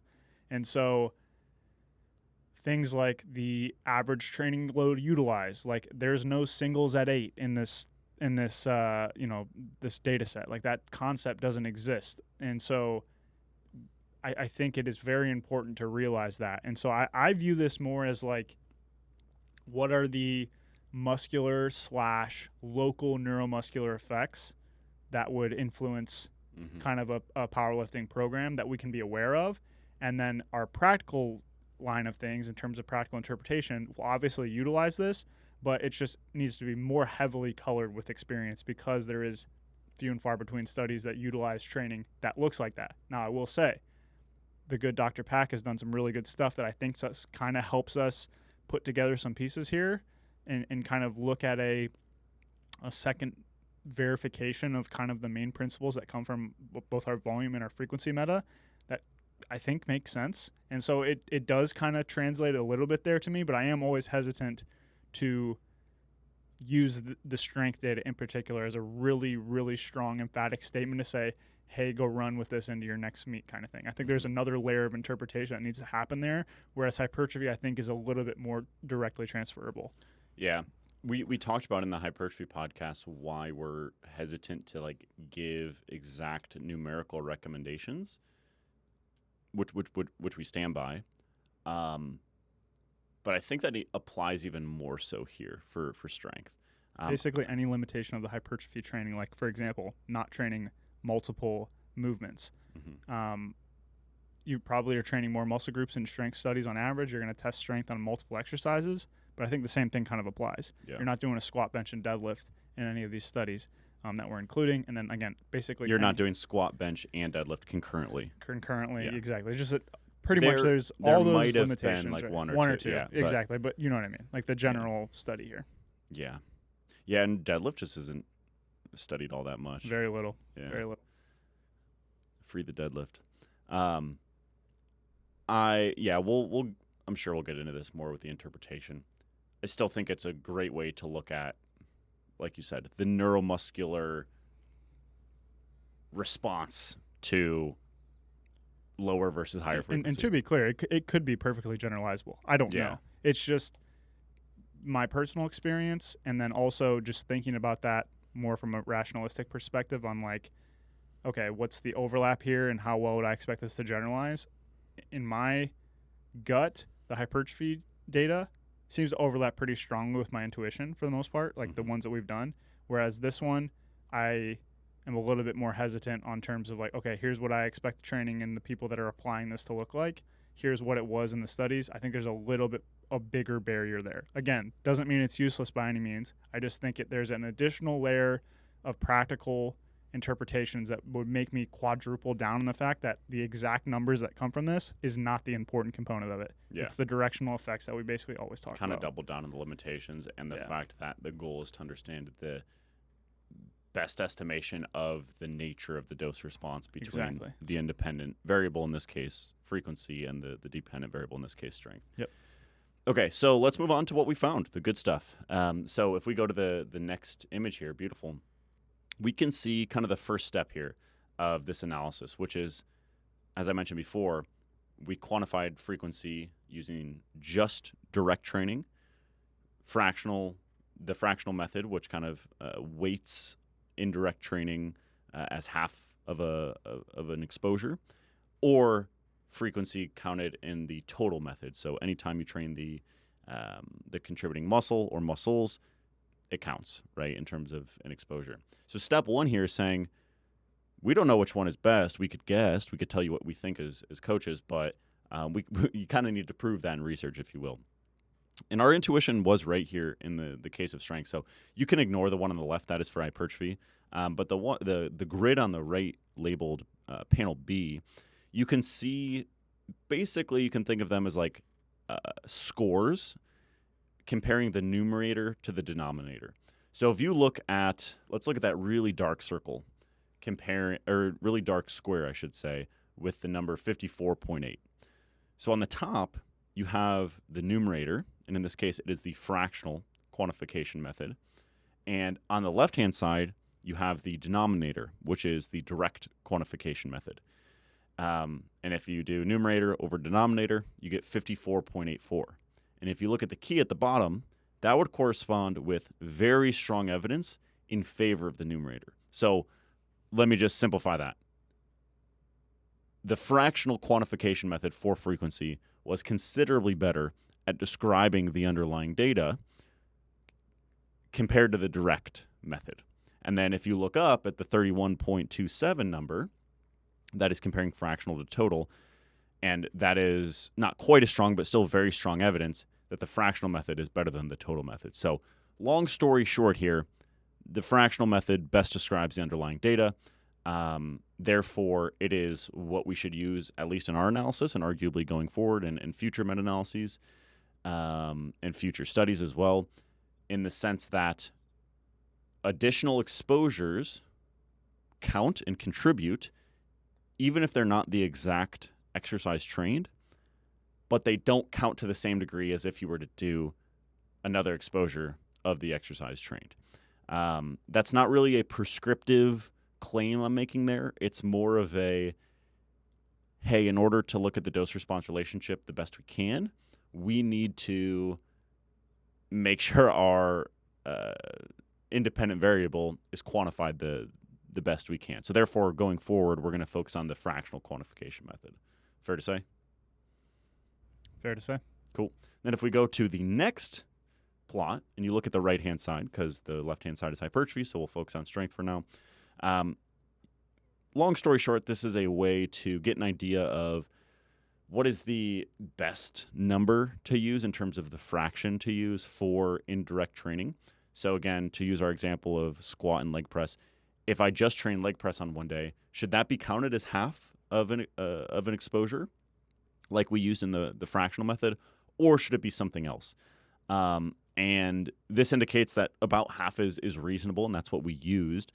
This analysis has some limitations that I'll skip over for now, but this is largely confirmatory that we're in the right range because we see these AIC and BIC values peak right around, I think it's like 35 or 36%. And again, we use 50%. So again, this kind of is confirmatory that, hey, we're onto something with the fractional approach, and therefore it's going to give us the best dose-response relationship in our main model. Money. Cool. All right, we can go to the next slide, which is the main results here, what you've all been waiting for, and we kept you at the edge of your seat for over an hour and a half, I think, at this point. So let me pull up my my exact numbers here. Okay. So what we see on the left-hand side here is that pretty curve I alluded to before. So if we just look at panel A and we look at the x-axis, that is the frequency per week and quantified in the fractional method, right? And then on the y-axis, we have exponentiated response ratio, which is basically just our way of calculating the effect size for strength gain. What you can see here, if you look at the solid red line, is that as you increase frequency, your results tend to improve. So we do see a dose-response relationship here, but you can obviously see that it kind of tapers off, right? So there are very strong diminishing returns. And for completeness sake, this is the best fit model here was a reciprocal model. Then on the right-hand side in panel B, we see the estimated effect at the mean frequency in the data set. So the mean frequency was 2 times per week or just about. So basically, we're taking the marginal slope at a frequency of 2 times per week, and we're saying, hey, what is that? Is that positive? So this is, from a high level, the goal of panel B is to say, can we say with decent confidence that the dose-response relationship is positive? Does it go up? Is there an effective frequency? And the short answer is yes, because that entire red diamond is on the right side of 0. The exact marginal slope is 3.27%. So if you were to kind of overinterpret it, that would mean that going from a frequency of around 2 to around 3, or more accurately 1.5 to 2.5, you would expect to see, all else held equal, an increase in strength gain of 3.27%. Don't overinterpret that, but that's basically what that means. So short answer here is it goes up. There are diminishing returns, and we can say with pretty strong confidence there is a dose-response relationship here. Anything to add, Zach? No, I don't think so. I think ultimately the slope plot is kind of we acknowledge that summary statistics are helpful for people to kind of conceptualize things, and it's ultimately kind of our best faith representation of like, okay, if we were to try to figure out what's the best way to represent a dose-response meta-regression and kind of that nice summary effect size that you get at the bottom of a forest plot. That's essentially what we're trying to do there, which, again, like you said, is like just on a very, very high level is the overall relationship heading in some sort of direction, in this case positive. So, yeah. Cool. And if we go to the next figure, you might have listened to all the mumbo-jumbo about the different methods for quantifying frequency and said, cool, science, schmience, statistics, shemistics. I like the total method better. Cool. We got that for you. No problem. And the good news here, for simplicity's sake, is that it was still a reciprocal model best fit, and it looks indistinguishable if you aren't paying super close attention. You're like, oh, it's the same figure.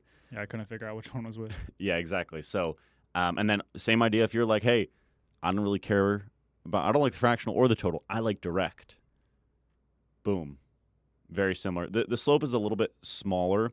That's because there's a good amount of studies that had no direct frequency, which, again, we'll probably circle back to because of those isometric and isokinetic outcomes. Because while we did take isometric and isokinetic outcome data, we didn't include studies that trained via isometric and isokinetic training. So, reciprocal model best fit, there's a dose-response relationship, it seems, and there are diminishing returns. But let's dive a little bit deeper into those outcomes. So let's move into those secondary analyses we discussed before. So again, now we've collapsed the data set a bit, right? And we've said, I only want studies that compare lower versus higher frequencies. I don't want those volume studies in there that might confound things. They probably won't, but it's good to confirm that that's the case.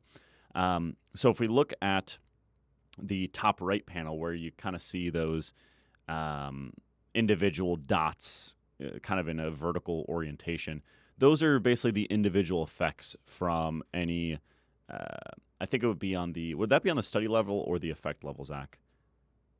I think it's the effect level. I believe it's the effect level, yeah. And then the partial pooling would kind of adjust it for the study as well, and I think that's kind of what's a little bit more around zero there. But long story short, you can see that any individual effect is going to vary, right? There are some that lean in favor of lower frequencies. There's more that lean in favor of higher frequencies, right? So if you look at panel D in the bottom right and you look at that diamond, that is the average effect if you were to just, again, kind of categorize it, put into buckets, lower versus higher frequency. On average, higher frequencies did outperform lower frequencies, and that was a relatively consistent effect. But of course, as with any body of literature, there's going to be some variation and some effects in some studies that did lean in favor of lower frequency. Not the best way to look at the question, in my opinion, but it is helpful to see, again, just kind of get an idea of the consistency of the effect. Then in panel A, in the top left, that is the two-stage meta-regression. So that is basically it's forced to be a linear effect here, so we did not look at linear models here. But again, it's helpful to ensure the directionality and to some degree the magnitude of the dose-response relationship in just frequency studies. And it largely confirms the main model in the sense that, hey, it does go up. And in this case, it's pretty strong. Which how I come to that conclusion is a little too in the weeds, I think, for now. But again, all these visuals here are largely just to confirm, hey, that main model is legit, and it's probably not driven by indirect effects. Yeah, the simplest way to say it is that these essentially remove between study variables from impacting things. So you're essentially isolating things to within study comparisons in the most isolated way possible. Yeah. The mathematic approach, the main model still does that, but it's clearer to see in this way, I think, for most people to kind of understand, like, okay, the forest plot type situation, it's group A versus group B in this one study. All those things are held equal except the variable that we care about. Let's see the difference there, and then we're pooling those, which is, it's a more pure way to do it, like I said. Sweet. Next figure is describe, or this is actually a table. is describing the estimated effects from that main dose response model. So now we're kind of going back to the main model now that we've kind of confirmed it's legit, if you will. And we want to understand the estimated effects and kind of how those diminishing returns occur, if you will. So if you look at a frequency of 1, the estimated effect is estimated increase in strength gain is 12.72%. Go from 1 to 2, that increases from 12.7% to 17.3%. So pretty meaningful increase. And then from 2 to 3, it goes from 17.3 to 19.7. So as you can tell, that return just kind of diminished. So that increase from 1 to 2, quite meaningful. That increase from 2 to 3, okay, that's might be within measurement error, hard to say. 3 to 4, now we're getting to some pretty small effects. So that leads to the next figure, which are basically a way to say, okay, I see that it goes from 12.7 to 17.3, but is that meaningful? Is that just kind of noise? To what degree is that practical?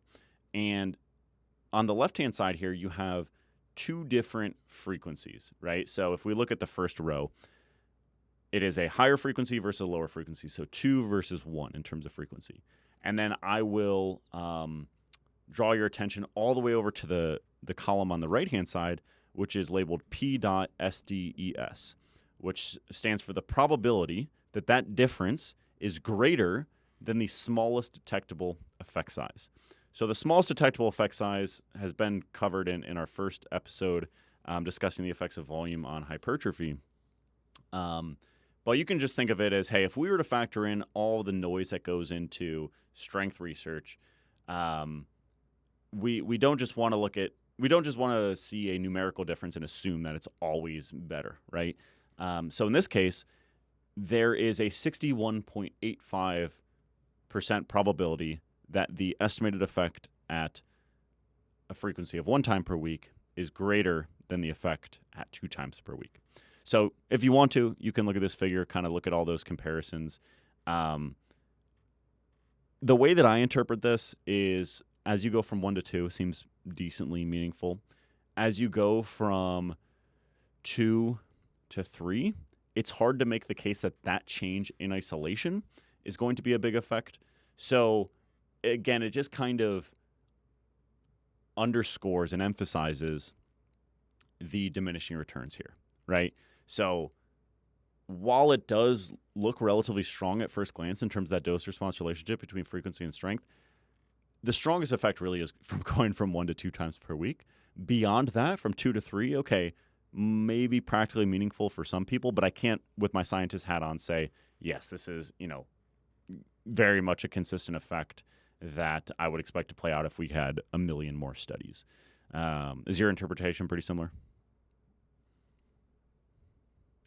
Yeah, I think for the most part, I tend to view these as like, is there a cumulative difference that could be considered practically relevant? And basically, once you have achieved a frequency of 3 times a week, there's no longer a cumulative effect that would lead to a detectable difference, essentially. So I view it as like up to 3 times a week, there seems to be pretty positive evidence. 2 versus 3 is kind of a close call, but like 2 versus 4, for example, that would tend to lean in favor of 4. So like it's those cumulative effects that are kind of tricky to work around. So I view it up to like 3 times a week. You could make a case that it could be particularly relevant. But like you said, most importantly, directionally, it's increasing and pretty strongly diminishing towards moderate frequencies. But of course, there's less research at very high frequencies, etc. There's a lot of limitations. So I really like the directional focus of directionally positive, diminishing returns. Using both of those principles, even me just saying that, I think is pretty practically helpful. Yeah, totally. Now, you might have listened up to this point and been like, exercise science, cool in theory, but you're using untrained people. You looked at some isometric strength outcomes, isokinetic strength outcomes. I want trained people. I want 1RMs. And I kind of want to constrain down the data that I'm looking at so it's only relevant for my client base, or if I'm a lifter, if what's relevant to my training. I would respond and say, hey, I wouldn't really think about research in that way. I want to kind of extract the principles and to get the best principles possible, it's nice to have additional data. But also acknowledge that other perspective, and we want to, I think it's good practice to confirm there isn't something jumping off the page at us in terms of if we were to just look at 1REMs, for example. So we have some like additional exploratory models here to show you for the effects of frequency on strength gain. And each of these are quite limited, even more so than the main model. But again, are good to confirm that we're not missing something huge. And this nature of the relationship isn't just driven by the fact that it's untrained people. And if it was only trained people, everyone would get weaker with 6 times per week training, right? Something like that. Zach, do you want to work through these or do you want me to? I can do a little bit, and then you can let me know if you're thinking something different. But cool. To start here, this is basically just visualizing essentially what's happening from a high level in terms of the multi-level meta-aggression. So essentially, each one of these very faded lines is a within study slope, and you're essentially aggregating those based on the weighting that they are allocated, based on the number of participants, how variable were the effects observed, those kind of things, and ultimately aggregating those to form the kind of the primary dose-response relationship. What I did with the red line here is I fit essentially a model that just kind of entirely ignores the nesting structure that we went through all the steps of doing in our main project here. But what that does is usually it just kind of gives you a very, very high level look of like what's the rough shape we're looking at here, so that when I go into a more formal modeling procedure, what are some good shapes to potentially try, or essentially is a super flexible approach necessary. And so you can see a model that essentially looks like our main model, right? It's got some pretty, aggressive gains early in the frequency relationship, but then strongly diminishes, and then due to very little data at the end there, it kind of comes back down. I don't overinterpret that by any means, because again, this is ignoring a lot of aspects of the data structure, but it's just helpful to see that a lot of those within study slopes look exactly like our kind of main model, which is what you would be expecting, given that's what it's doing under the hood. It's aggregating those within study slopes. You got anything on that one? So like I mentioned before that the modeling process values describing the data, but also something that is simple because you don't want to overfit the data. So this is an example of purposefully overfitting the data.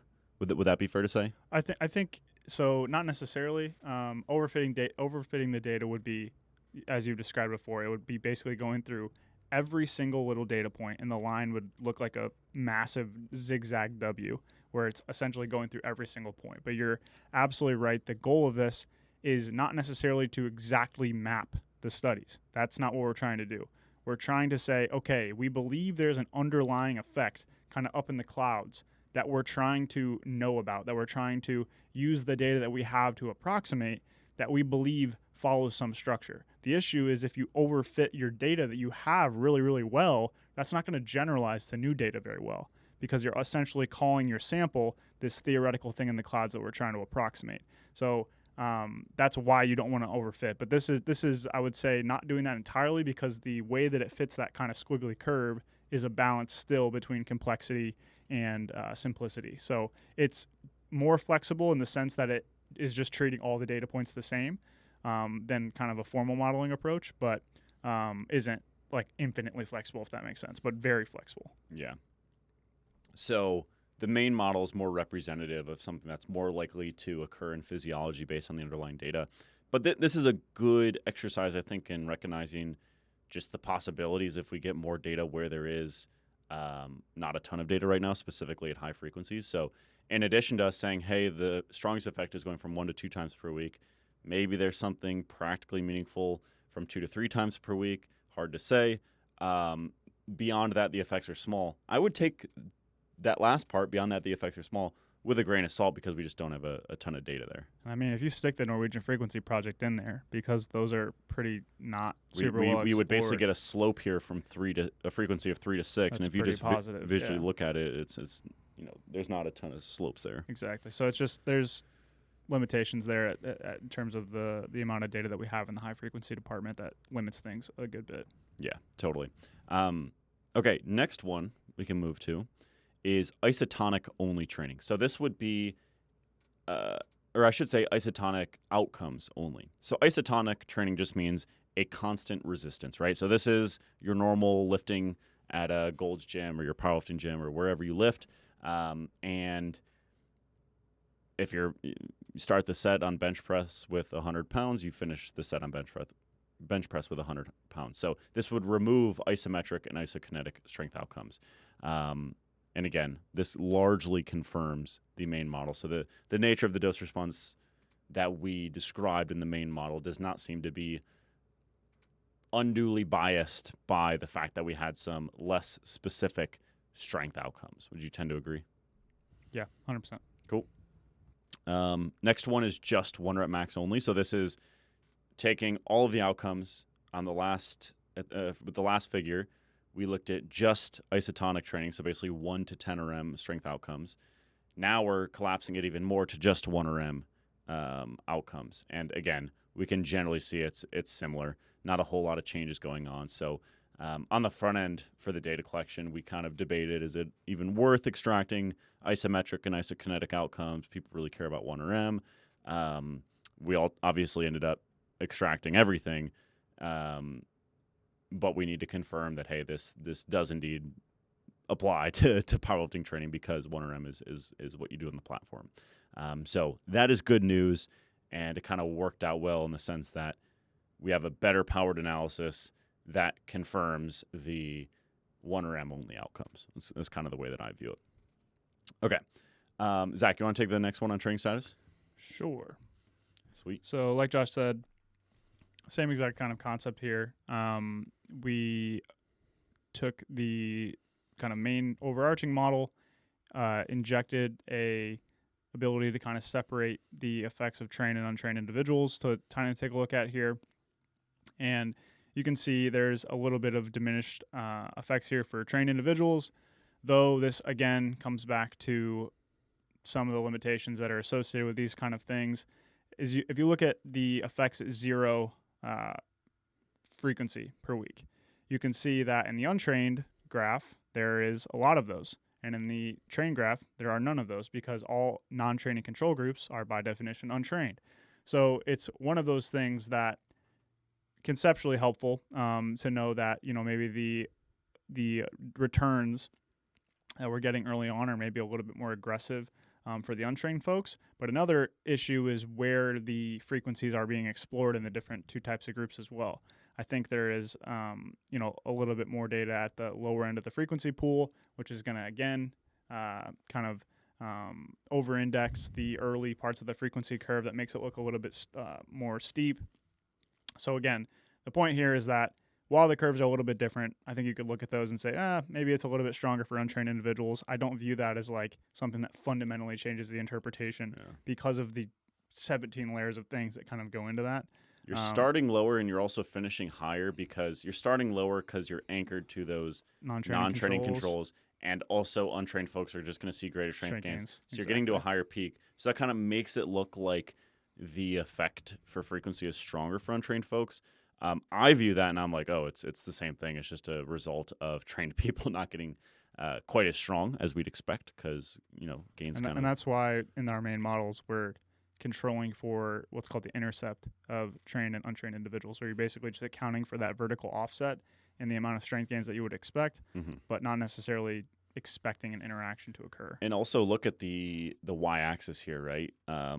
What's identified is 0 and 25. So like even if on the left-hand side it doesn't look like a super strong slope, it might be quite practically meaningful if you were to actually like extract those estimates at each frequency. But long way of saying the general nature of the dose response. It's not like it's negative. You know what I mean? It's not like it's negative. Exactly. Yeah.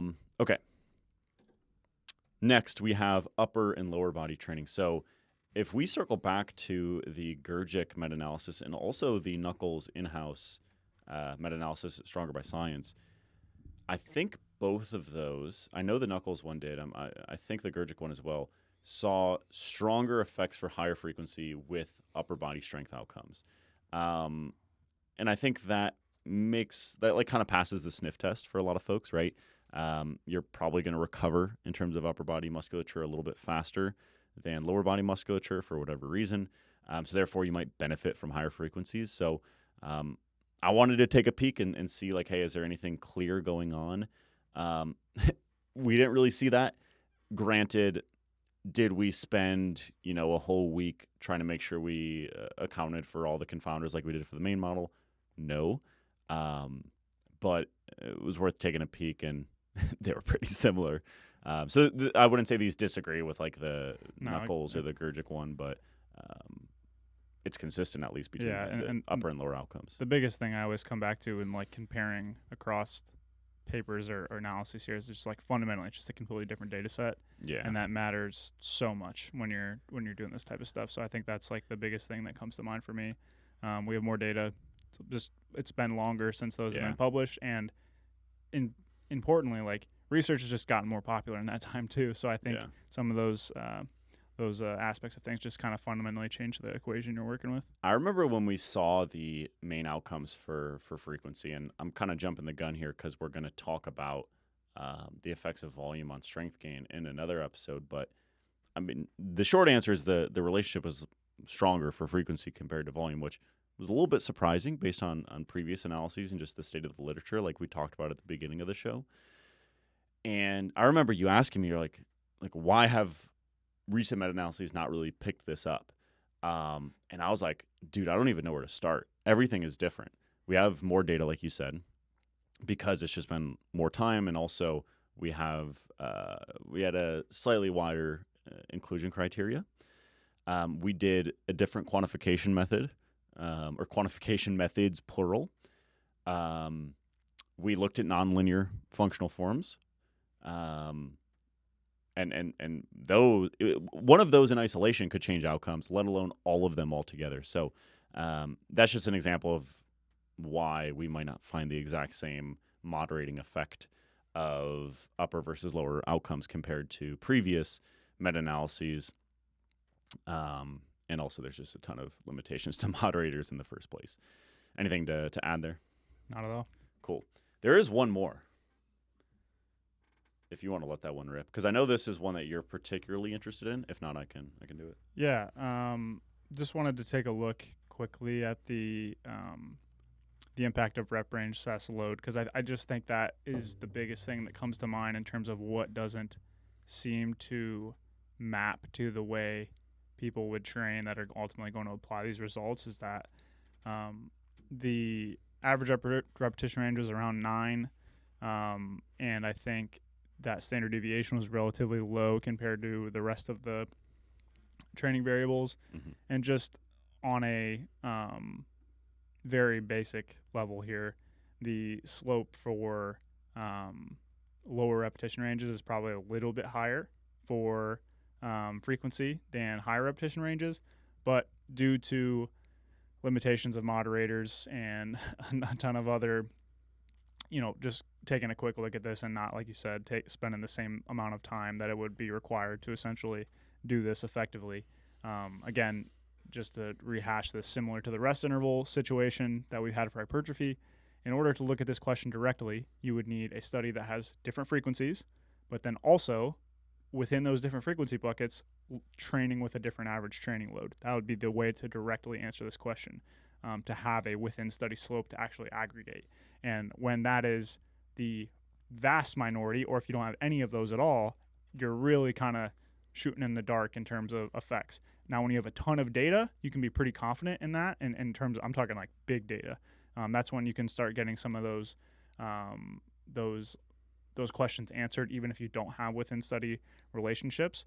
But in our case, when we're dealing with a lot smaller data sets than like medicine and other areas where they've been able to kind of validate more of that kind of observational meta-analysis versus like the meta-analysis of RCTs, and kind of compare the estimates that you're getting from those, we're operating in a very different landscape. So I'd be very cautious taking this too literally, but ultimately it kind of fits with my intuition in the sense that I think heavier training that is more reflective or more specific to the strength outcomes you're actually trying to train for probably is a little bit more potent just in general for all of these kind of dose response relationships, because it's just more specific and closer to mapping to the thing that we actually care about. I can't remember what the proximity to failure ones show for hypertrophy, but it's similar-ish to that in the sense that, let's take it on the extreme. If we had a bunch of volume studies and says at 5 RAR versus a bunch of volume studies to failure, I would imagine that would impact the relationship a decent amount. And it's kind of the same thing here, is like, you want the quality of the training to match the outcome that you're actually training for, and then let's look at the dose-oriented variables with that actual style of training matched. It would be like saying, I'm a sprinter, and how does the frequency at which I train for a marathon impact my sprint times? Like, that concept just doesn't really track too well. Obviously an extreme example. It's extreme example, obviously, but it's a similar concept in theory. Yeah, I think that's a good point. But from this little moderator, the quick peek, there's not a whole lot going on there. Yeah, but not a whole lot. But the directional kind of thing. But again, that's only because the range of repetition ranges that were explored is so small that it was doomed to fail. Yeah, doomed to fail. Doomed to fail. Directionally leans in kind of what I was thinking, but doomed to fail. Yeah. Do you have anything to add on what we did, what we found before we kind of properly move into tinfoil hat interpretation? Let's do it. Cool. So how do you view this analysis in terms of its use case for powerlifting? Because I think one of your, I don't want to say a holdup, but just something I've heard you say a few times in preparing for this podcast and during the podcast itself, it's like you're a little bit less interested or less willing to take the results at face value, because, these studies aren't designed like a modern powerlifting program. So if you try to directly apply the face value outcomes to a modern powerlifting program, you might be led astray a little bit, right? But obviously we still see value in them, and we think in a lot of ways this is a lot better than just asking some random coach what their methods are. That has its place, but this is quite a bit more powerful than that and gives us some good insights. So if you were to summarize it in 30-second elevator ride, what would that be? I think the number one thing that this project as a whole has done for me is I view frequency and volume as separate levers. I think that's the biggest thing, is that there appears to be separate and potentially independent effects of frequency and volume for strength, but probably only primarily volume for hypertrophy. But the point is that they do seem to be separate levers to pull, and that ultimately influences practice quite a bit, right? If I'm a coach and I'm troubleshooting somebody's program and I understand that they do have separate effects, and they're both levers that I can pull, that changes your management quite a bit. Whereas if you view that kind of the old narrative of frequency only impacts things so far as it influences volume, that's a different decision-making and troubleshooting kind of algorithm you're running as a coach. So I think the biggest thing this project has done to me is just that they are indeed separate levers, at least to me. That's kind of the way that I've viewed it. I tend to agree. Even though, like we mentioned before, like, I don't think any powerlifting coach didn't think there was no effect of frequency, even like before our meta-analysis came out, despite the evidence at large not showing a strong or consistent effect. I think in a lot of ways, like, this still has shifted me towards, okay, frequency is something I should think a little bit more about and should maybe prioritize more in the individualization process compared to set volume. Again, with kind of the caveat that we'll discuss volume a little bit more in depth in a future episode. So like you said, it's an independent lever. Why do you think it's an independent lever? Like, this is an outcome-oriented analysis. We didn't look at mechanisms specifically, but from a high level or from a nitty-gritty level, does anything come to mind for you regarding why a higher frequency, all else held equal, would help? Yeah, OG podcast listeners, go ahead hit the roll track of the OG Data-Driven Strength podcast appearances on force production specificity, baby. Let's go back to it. If you know, you know. At this point, yeah, at right. There have been a good amount of people that have been like, "Yo, when's the strength stuff coming?" Right. So we got to keep strength stuff cool. 100%. And I mean, at the end of the day, I think that's still. I think intellectually, both of us like one of the reasons we're interested in hypertrophy is because it creates this kind of grander interplay of strength. Ultimately, at least to me, it's a more complicated puzzle. It feels like to some degree, but ultimately, jokes aside, like for hypertrophy, this is extremely simplistic. Extremely. There's two routes to getting the stimulus. You can turn I don't want to use the word intensity, but it's the word that's coming to mind. You can turn the intensity dial all the way up, or the magnitude dial all the way up, or you can turn that intensity dial down and turn up the duration dial. Both of those seem to be reasonable approaches. Duration being volume. Volume, right? And so I can use a squirt gun all day long, or I can use the power washer. Exactly. Yeah. There's multiple routes to accomplishing. If we take an assumption, again, I think it's an assumption. I'm not saying this is the way it works, but let's say there's some sort of like sensor on the fiber level that's essentially measuring impulse on that fiber. It's how hard am I contracting and how long am I doing that? And that ultimately is related to the signaling and the growth of the fiber. That's extremely oversimplified, but it kind of helps me illustrate the point. Yeah, and you can't actually use a water gun. You need to probably use at least a hose. Yeah, exactly. And the hose might wash the driveway if you do it long enough. But I don't think you're presenting those as like independent things. No. Like you could use the power washer for 6 hours and get a really clean driveway. The point I'm making there is that there are multiple routes to achieving the hypertrophy stimulus, and that's part A.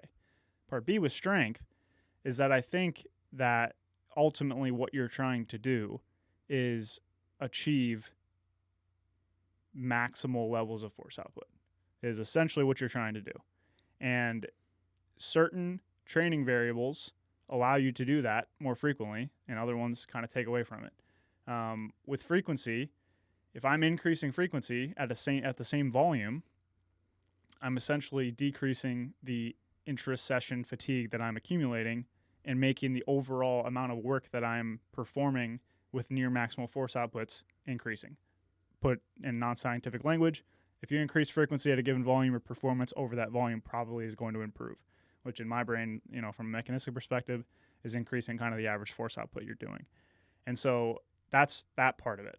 And then volume is influencing the amount of stimulus that you get, whatever local mechanisms are occurring for that strength level. But it also is kind of actively decreasing your ability to achieve peak force in the next session. So that's why they're different, is that with volume, there probably are some positive effects associated with that directly, but it also has a cost. And frequency, I think, is kind of a positive effect in a kind of unidirectional way, right? Like obviously there's an amount of volume performed at a high frequency that wouldn't allow you to achieve maximal force output in any one of those sessions, but at a fixed volume, frequency is always going to help to some degree. So that's kind of how I've arrived to it there. I don't know if that makes sense or if there's more follow-ups that need to occur, but I really just come back to it in terms of like most training variables. I try to at least use that mental model because that seems to explain pretty much every other training variable to me. And so there's a amount of training you need to do to actually train with those high force outputs, and frequency is going to make those force outputs probably be even higher for that amount of volume. And then after that, it's just trying to make sure that doesn't take away from your performance. And so there's kind of that optimization problem about how much can I do while still maintaining the quality of my performance.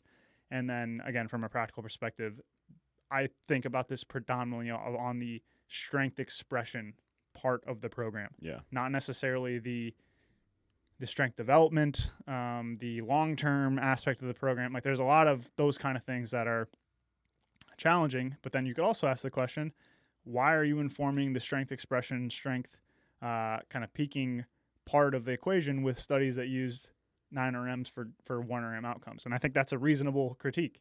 And again, I try to view these kind of directionally for that reason. But that's kind of what I'm thinking when I'm trying to rationalize these outcomes with my experience and kind of just the way that I think about training for strength in a nutshell. Yeah. I'm going to go through a few training variables, and I want you to rate them 1, 2, or 3. 1 being is not a primary focus, just don't screw it up. Yep. 2 is be cognizant, but it's not like the primary thing driving the outcome.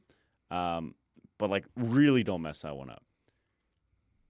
3 is this is literally what drives the stimulus, and this is what you should be prioritizing in terms of program design.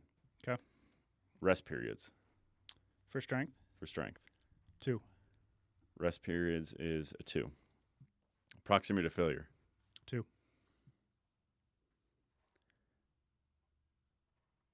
Trying to think the order to go in here for effect. Volume.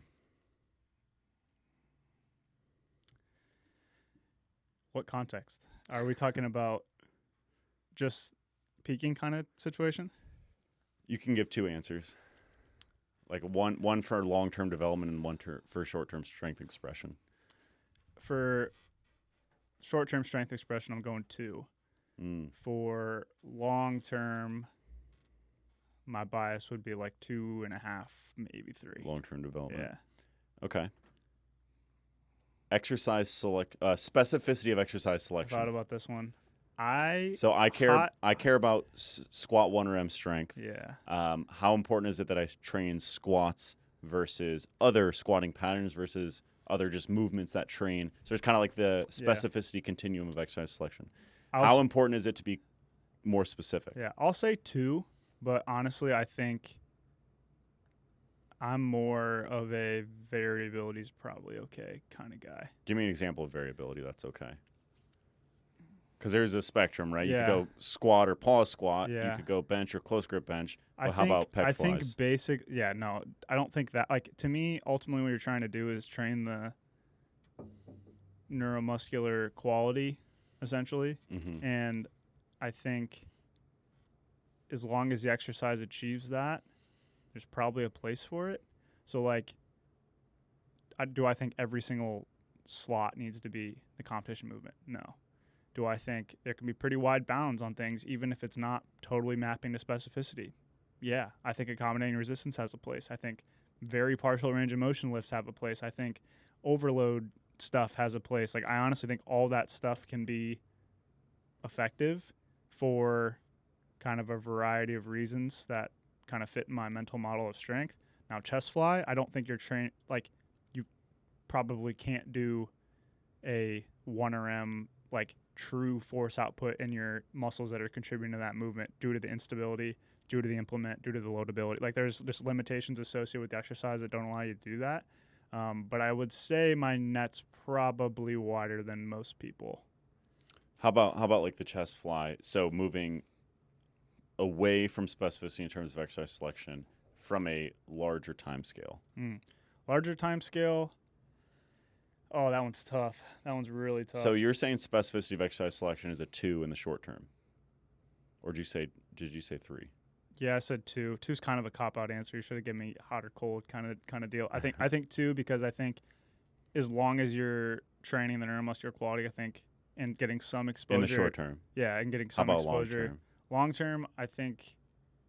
Oh man, it's probably the same thing. Like, as long as you're getting some exposure to the task you're trying to improve, you're probably good. But then, I think you need to be training the neuromuscular quality like quite a bit. How about volume allocation?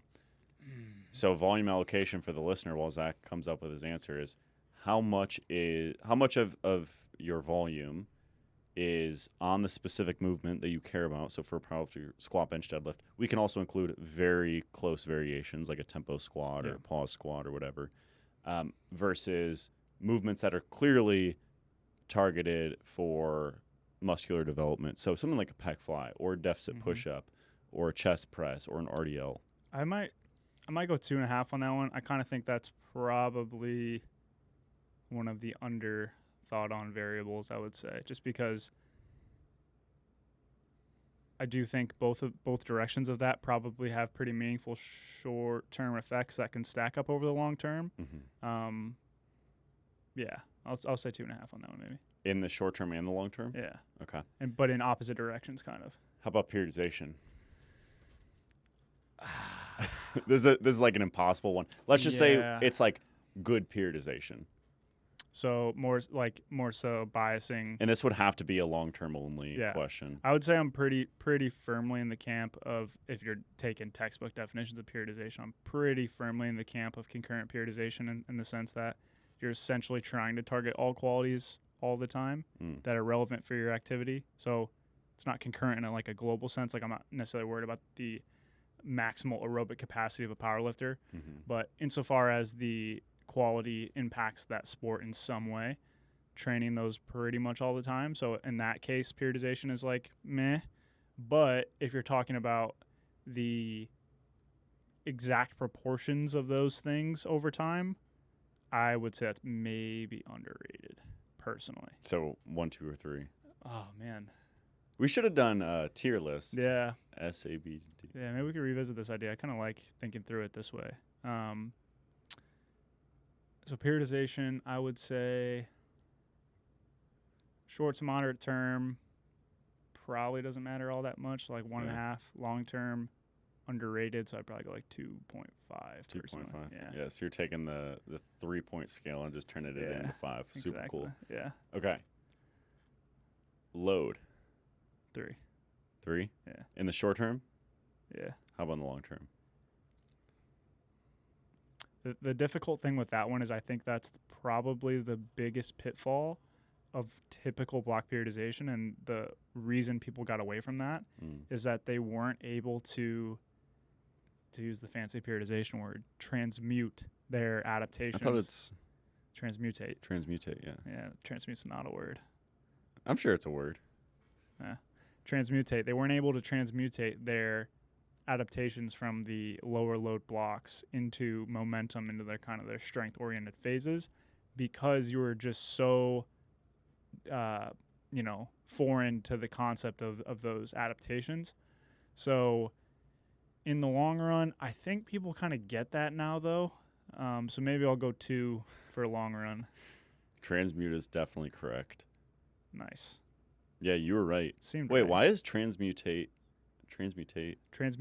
and transmute was the thing transmute is a word. I don't think transmutate is a word. Maybe it's a made-up word by some scientists. Oh, transmutation. Transmutation is a word. Yeah, transmutation's a word for sure. Huh. But like transmute, I got more hits from transmute. Interesting. So the verb form is transmute. Yeah. Okay. Okay. So in terms of load in the long term, what's your answer? I think I said 2. 2. Yeah. Yeah, I think that's fair. All right. Frequency. Short term. Short term 2.5, 3 probably. Okay. Long term? 2. 2. 2. Okay. Dang, that's interesting. So kind of what I want to get at here is, to me, when we think about all the variables we just went through, and I'm sure I'll listen back to this and be like, why did I forget some obvious variable? Sure. I might be missing one, but frequency was kind of bumped up in the list for me, just a little bit. I didn't go from like a 1 to a 3 overnight, but it's like, oh, okay, this, like you said, this is probably an independent lever here. Yeah, that's the key to me. And to me, where I think it gets really interesting practically is like when to use higher frequencies, when not to use higher frequencies, at what cost does it make sense to use higher frequencies? Because there are obviously other things you need to consider when moving the chess pieces around the chessboard, because there were a lot of 2s in there, right? And strength, kind of to your point about the ecological validity or the ease of taking these outcomes and applying them directly to powerlifting training is tough, because we operate under the assumption that this is a little bit of a different game in the long term, because hypertrophy's contribution or its importance for your performance is only going to increase with increased training duration. The thing I think that fundamentally separates strength from hypertrophy in this regard is that strength requires constraints to measure and compete in the task that are fixed across individuals that are not up for negotiation. I think that's the number one thing that changes things. Basic example. For hypertrophy, if a high bar squat gives you an awesome quad stimulus, great, you can use that. If you need a hack squat to do that, due to your segment length or whatever, you can use that. And there's literally no restrictions. For strength, there are so many different variables that influence it, and ultimately you're still trying to fit a square peg in a round hole in terms of what you're competing with. And I think that just leads to so many different manifestations of the thing that you're ultimately trying to optimize for in terms of practical solutions, just based on, okay, if you get on board for a second just for the thought experiment that the quads are the primary limiter for the individual that I'm talking about to push their squat up.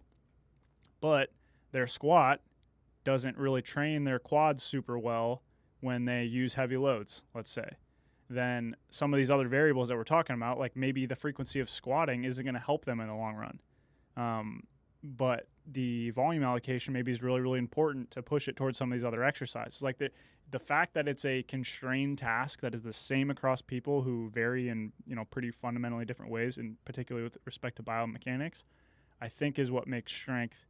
There's a couple things that are kind of across the boards, and to me, I relate those to kind of the neuromuscular experience that is kind of irrelevant of the actual task.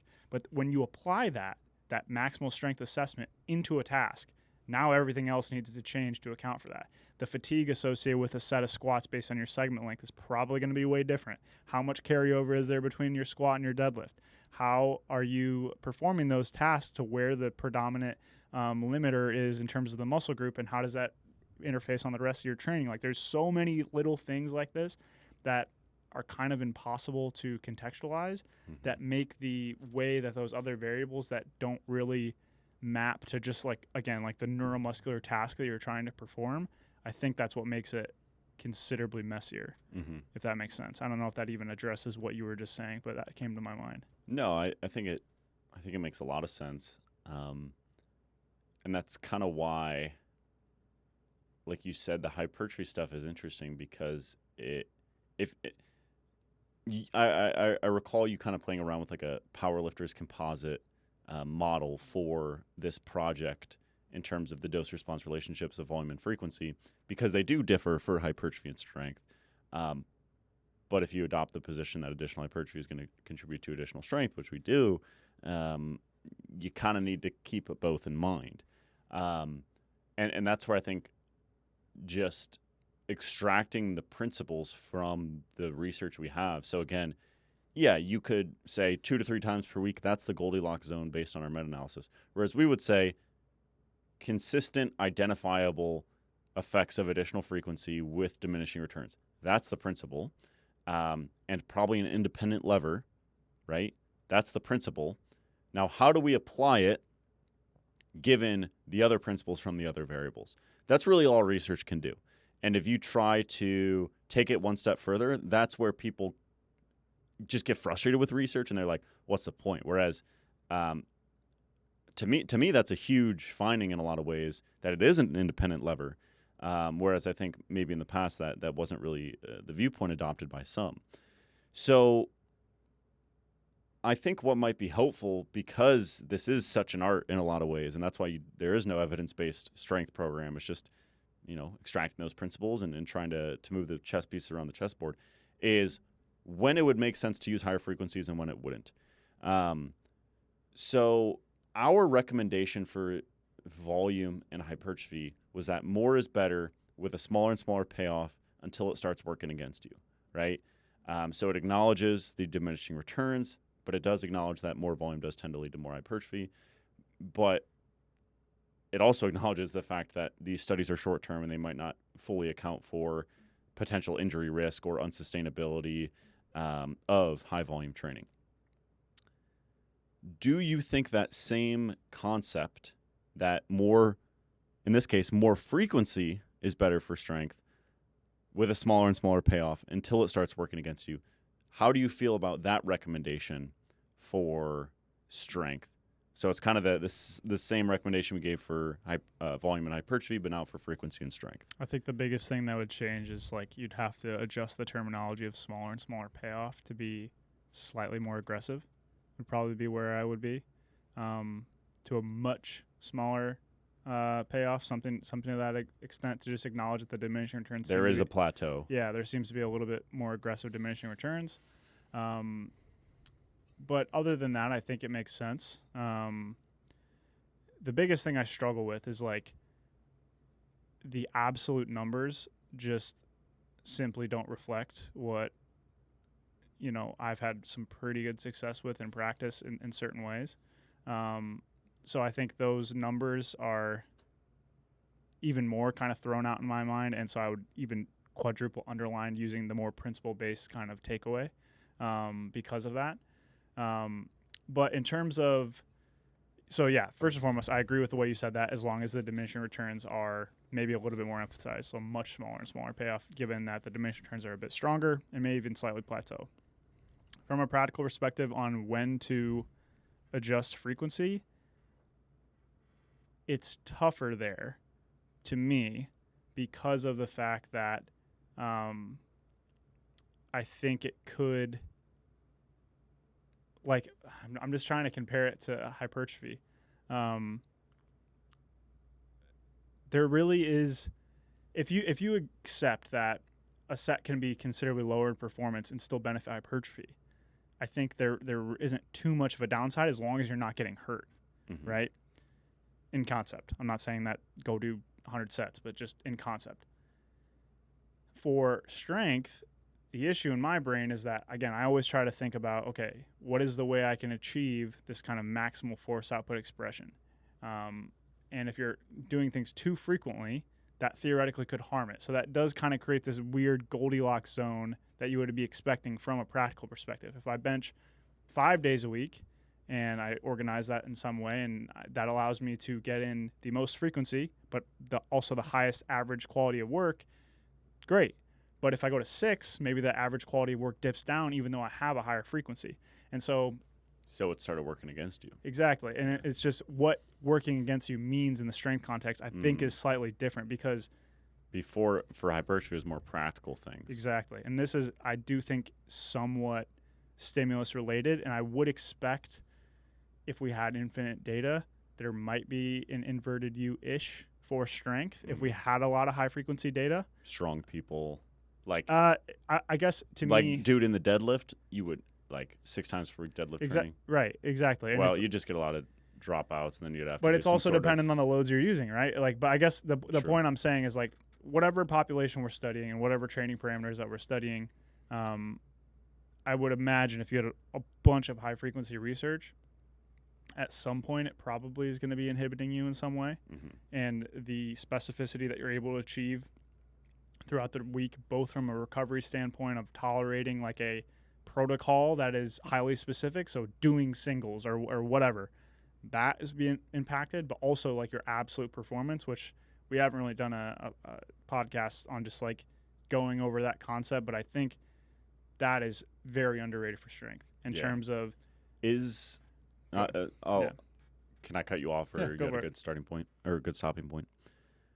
So absolute performance matters. How important is it in your mind that each exposure allows for maximal or near maximal performance? So let me give like a practical example for the listener to make sure they're following, and maybe this helps clarify the question too. Is like, I could maximize my frequency within the constraints that you're saying of ensuring good performance, and maybe for me that is deadlifting once a week, because if I deadlift twice a week, I don't have maximal performance on the second day. Or is there a certain threshold of good enough performance that I can do, 4 sets of 4 on pause deadlifts on my secondary day, and I'm still benefiting from that additional frequency, not bearing myself into a fatigue hole, and now by the time I circle back to that primary deadlift day that is a little bit heavier, do you think that makes sense in terms of like, hey, let me just give you a dichotomous question. Would it make sense to have a slightly lower frequency program that allows higher loads every time, or a slightly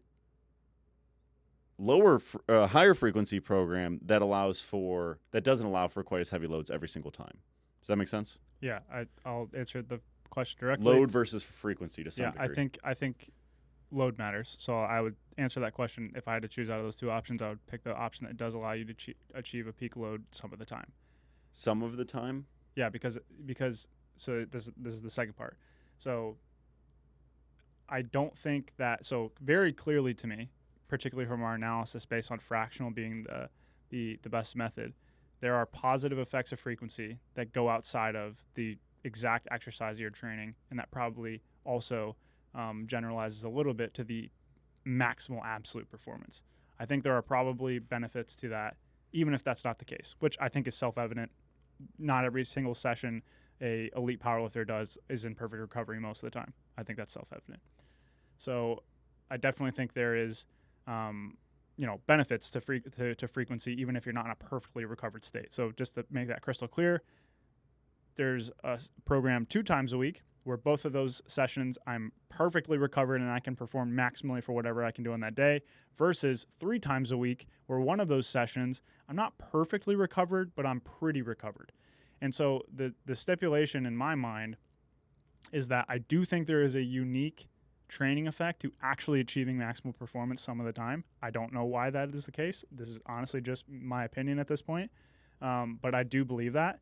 And the trade-off and the optimization game for strength is how often can we achieve that without sacrificing the overall dose of training that is within the relevant specificity window to push everything forward. That is, to me, that's the game for strength, is like I could take 20 days off and be crystal clear and recovered, right? But clearly there's a trade-off there at some point where there's this optimization game that we have to play of packing in stimulus that doesn't take away from our performance too much, but I still think there genuinely is, like, I don't know if it's absolute levels of motor unit recruitment or some sort of neuromuscular thing that I kind of view it as like if you don't wake up the very, very top end of the motor unit pool very often, those don't get the neuromuscular adaptation. Something like that where you need to... It's just like specificity of fatigue state. Exactly. That concept I do think matters quite a bit, and I think this is kind of sort of where the whole primary day, secondary day stuff comes from. And so ultimately the game of managing frequency, volume, load, and your protocols and your exercise selection, all that is basically just saying, okay, I want to achieve this state a good amount and probably as much as we can. But there's also a amount of work and requisite adaptations that I need from the other stuff that's also detracting from me being able to reach that state. How do I do all the math to get that together? And that's why I think there are 7,000 different reputable strength programs that people have had success with that just get to that in different ways based on segment lengths and lifting styles and just like all these different factors of shoving people in a round hole to say, do these movements, train them at a high load for 1 RM. This is the constraint. Now, all these other variables that are a little bit more negotiable to the kind of overall neuromuscular task that you're training, make those work. And I think that's kind of why there is so many different ways to get strong ultimately, and kind of where the pervasive kind of overall narratives of, you have people that push tons of sub-max volume. You have people that run really low volume, really specific programs. You have, Westside and the conjugate method, and you have the super specific DUP guys, and just like all the different provisions of training that you have for strength, I think is way wider than it is for hypertrophy, where hypertrophy, everyone agrees you can have variable exercise selection. Everyone agrees you can, you know what I mean? It's just, there's a lot more agreement, and it's just a little bit of the camps in terms of the variables, but fundamentally the process is so much more similar than strength to me. In the hypertrophy world, it's funny, even though like there is disagreement, the programs that people suggest are often like basically the exact same thing. Exactly. It's like, all right, bro, you're doing push-pull legs, and he's doing like push-pull legs, upper lower. You know what I'm saying? Like, exactly. People generally agree, like, hey, select an exercise where the target muscle is going to be the limiting factor. Train pretty close to failure. Whereas we're kind of past the point of, do we need one or multiple sets? Everyone's on board with multiple sets. It's a question of 2 to 4 per exercise. Crazy disagreements. But in strength, and again, this isn't like the majority by any means, and honestly, I view this from a good faith perspective. People genuinely disagree what is the prime mover, the limiting factor in the bench press. People disagree on that fundamentally. And I think that's, again, I have a pretty nuanced view on like strength limiters and like how that all can manifest. So I'm not saying one side is right or the other, but you can see how that completely changes the training picture on what you're trying to optimize for. Whereas for hypertrophy, it's just not that way. Yeah. But some things have become, I would say, commonplace, at least from my perspective. More specificity, primary days, top sets of some kind year-round. Specificity of force production. Yeah. That's what it all comes down to. And I think that very much aligns with what we see in the research. Yep. Is specificity of force production. And then, okay, more specificity of force production is better with a smaller and smaller payoff until driving those variables takes away from your long-term development. Takes away from your long-term development, or doesn't allow you to have regular specificity of force production. Exactly. And that's why I think very high-volume powerlifting programs don't end up working that well for most people, is because it's hard to get those regular exposures to high force output sets, right? Yep. I.e. primary days. So I think if there's a very simple takeaway for folks, I think primary days make a lot of sense. I think, and just to define that would be like one day where you try to set things up so you're the most recovered. Doesn't mean you have to be fully recovered and tapered every time you do that, but well recovered enough to perform pretty dang well, and that's going to be your heaviest day, or at least have your highest peak load that you use throughout the week. Yeah. And intentionally backing off those other days to the extent that it may not seem like the most productive. Like you're kind of like taking at face value that like, oh, this individual session is intentionally lower of a stimulus than it could be theoretically, right? Like even then you may be able to tolerate it, which is just completely different than hypertrophy training. Like hypertrophy training, if you can tolerate it for the most part, do it. Whereas with this, you basically are saying, even if I can tolerate it theoretically, there is ground to be gained that may be meaningful by setting things up so I can achieve maximal performance in one of these sessions, which is just fundamentally different. And I think it's like a sliding scale of, to what degree are you willing to sacrifice that peak performance based on long-term versus short-term outcomes? Bingo. And that's periodization. And that's periodization in my mind. Bingo. And that kind of leads me to another quick point, is that we didn't talk about this beforehand, but I find myself often programming lower frequencies in more off-season type training. So kind of what that'll look like is like more exercise variation for hypertrophy reasons, because if I can move away from the competition list, maybe we could do something a little bit more hypertrophy friendly. Also just seems to build the athlete up, for lack of a better term, and just make them strong in other movement patterns or other pressing angles or single leg movements, whatever the case may be. And because I'm kind of twisting that volume dial up, and because I'm also twisting probably the proximity to failure dial up and having them train closer to failure, because I'm kind of making that investment in their long-term development, I still want them to have a primary day, and I still want them to regularly touch decently heavy loads. It might not be quite as heavy. I find it hard to kind of concurrently have decently recovered or decently high for force production days plus the higher volumes when I'm also using high frequencies.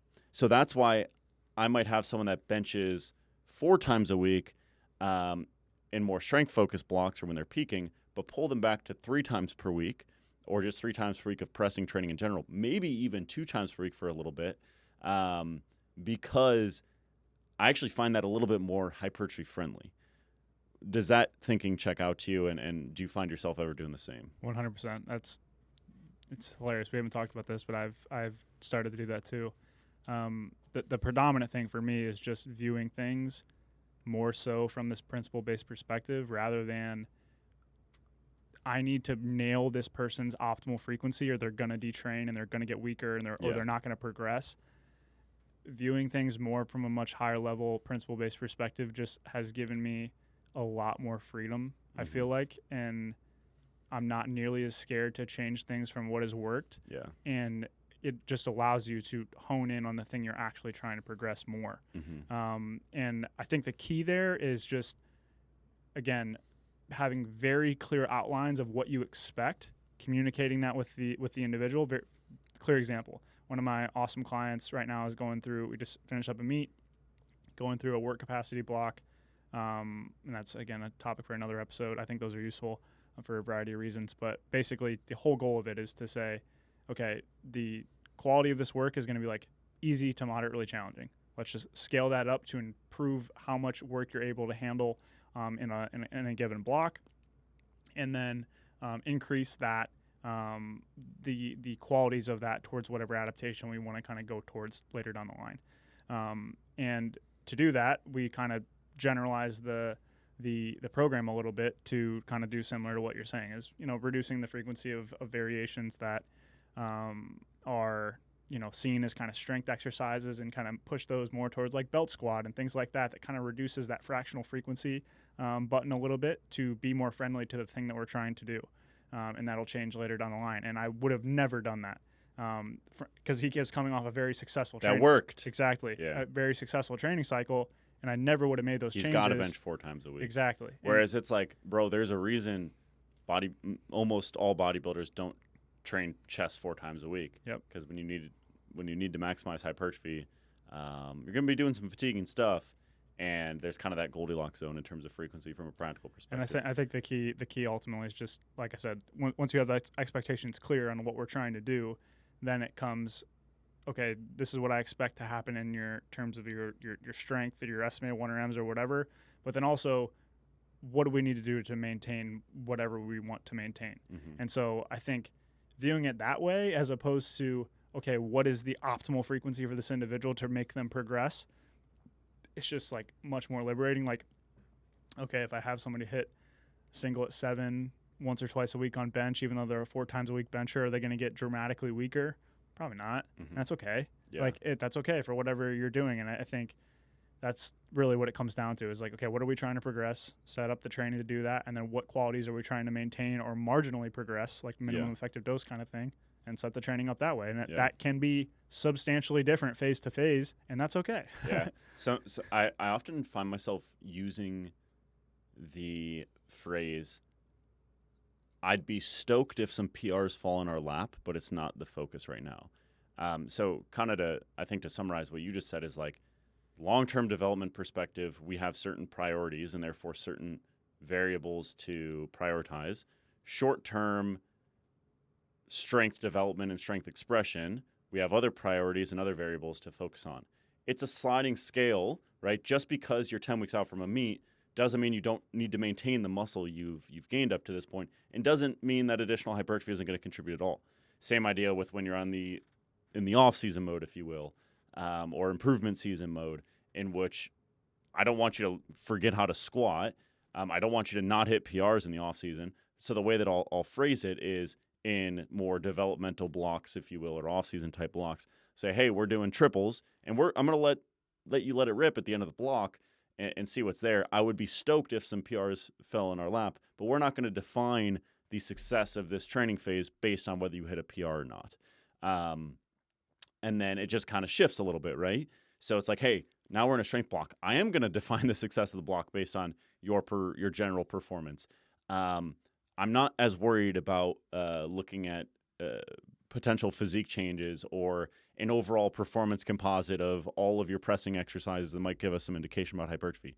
I'd be stoked if that fell in our lap, but I'm more focused on that top-end performance. So it's just kind of this sliding scale, And I think to use a OG strength and conditioning terminology, you kind of need to do like a needs analysis based on like what the 100%. what the athlete needs in terms of what do they need for long-term development, how quickly do they detrain in these various qualities, and where are you going to fall on that sliding scale, to what degree you're going to change it. I have some guys where I slide that scale like crazy, man. Other people, it's just like, oop, little nudges. I think the scale, basically, the way that I think about it, two things that I'll say off that. Sorry to cut you off, but you're good. Two things. The scale, to me, expands the more advanced you get. That's the number one thing. That's Totally. exactly how I think about it. The sliding scale expands as you get more advanced when you're... And I think just for, honestly, bigger people. Yeah. The higher weight classes, the scale seems to expand too.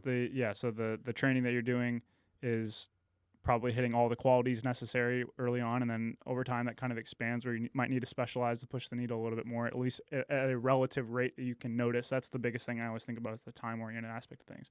But the other thing you said that is hilarious, again, you said we haven't talked about this, I revisited a ton of stuff from classical strength conditioning, the more that I've kind of viewed things from this kind of principle-based perspective, and I've started to just view things a lot more like that. And the needs analysis, the longer-term planning that's flexible.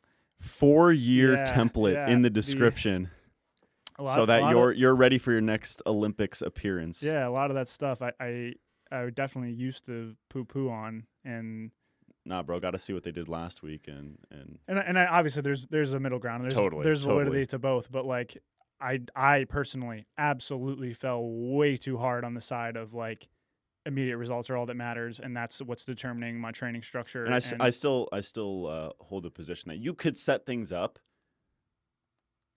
to get just as good as results if, again, you kind of set things up so that data is as informative as possible. Yeah, because and I've thought about this the short-term stuff. I've thought about this too. The way that you get a short-term approach to work is that you are basically finding the training intervention at all times that maps with the quality that is the limiter. That's essentially what you're doing. Is a classical periodization approach, or a like kind of the one we were describing, it's like kind of shifts in bias and stuff. You're kind of it's kind of making sure we do it all. Yeah. And then over time you might notice, this guy seems a little under muscled relative to other clients that I have. Maybe we'll spend a little more time doing that.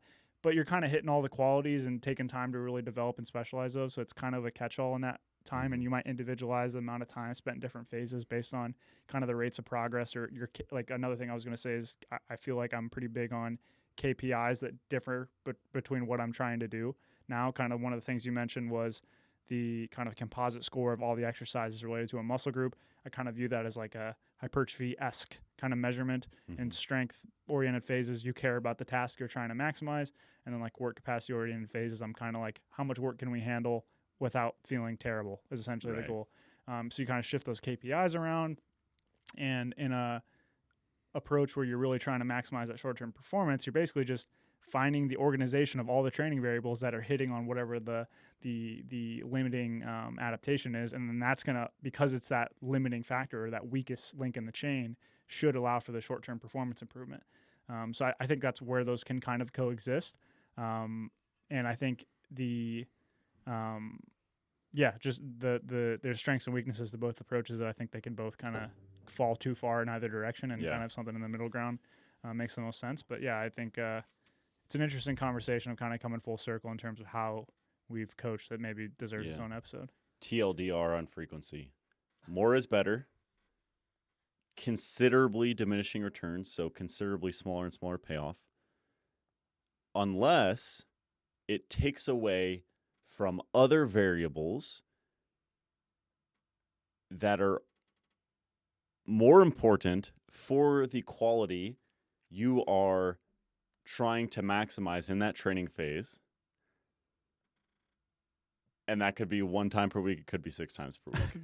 So helpful. Yeah, that was super helpful. But yeah, conceptually, I mean, it is kind of similar to more is better with a smaller and smaller payoff until it starts working against you. But in this case, working against you is more expanded, so it's expanded to what are the other things trying to drive until those it doesn't quality. meet your needs. Maybe is a better until way it doesn't meet your strength limiter in a lot of ways. Yeah, I mean that's what it comes down to. Yeah. Should have worked on that one beforehand, but should have shopped it a little bit. Should have shopped it a little bit. All right. But that's what these are for. Yeah, that's what these are for, and we got to go. We do.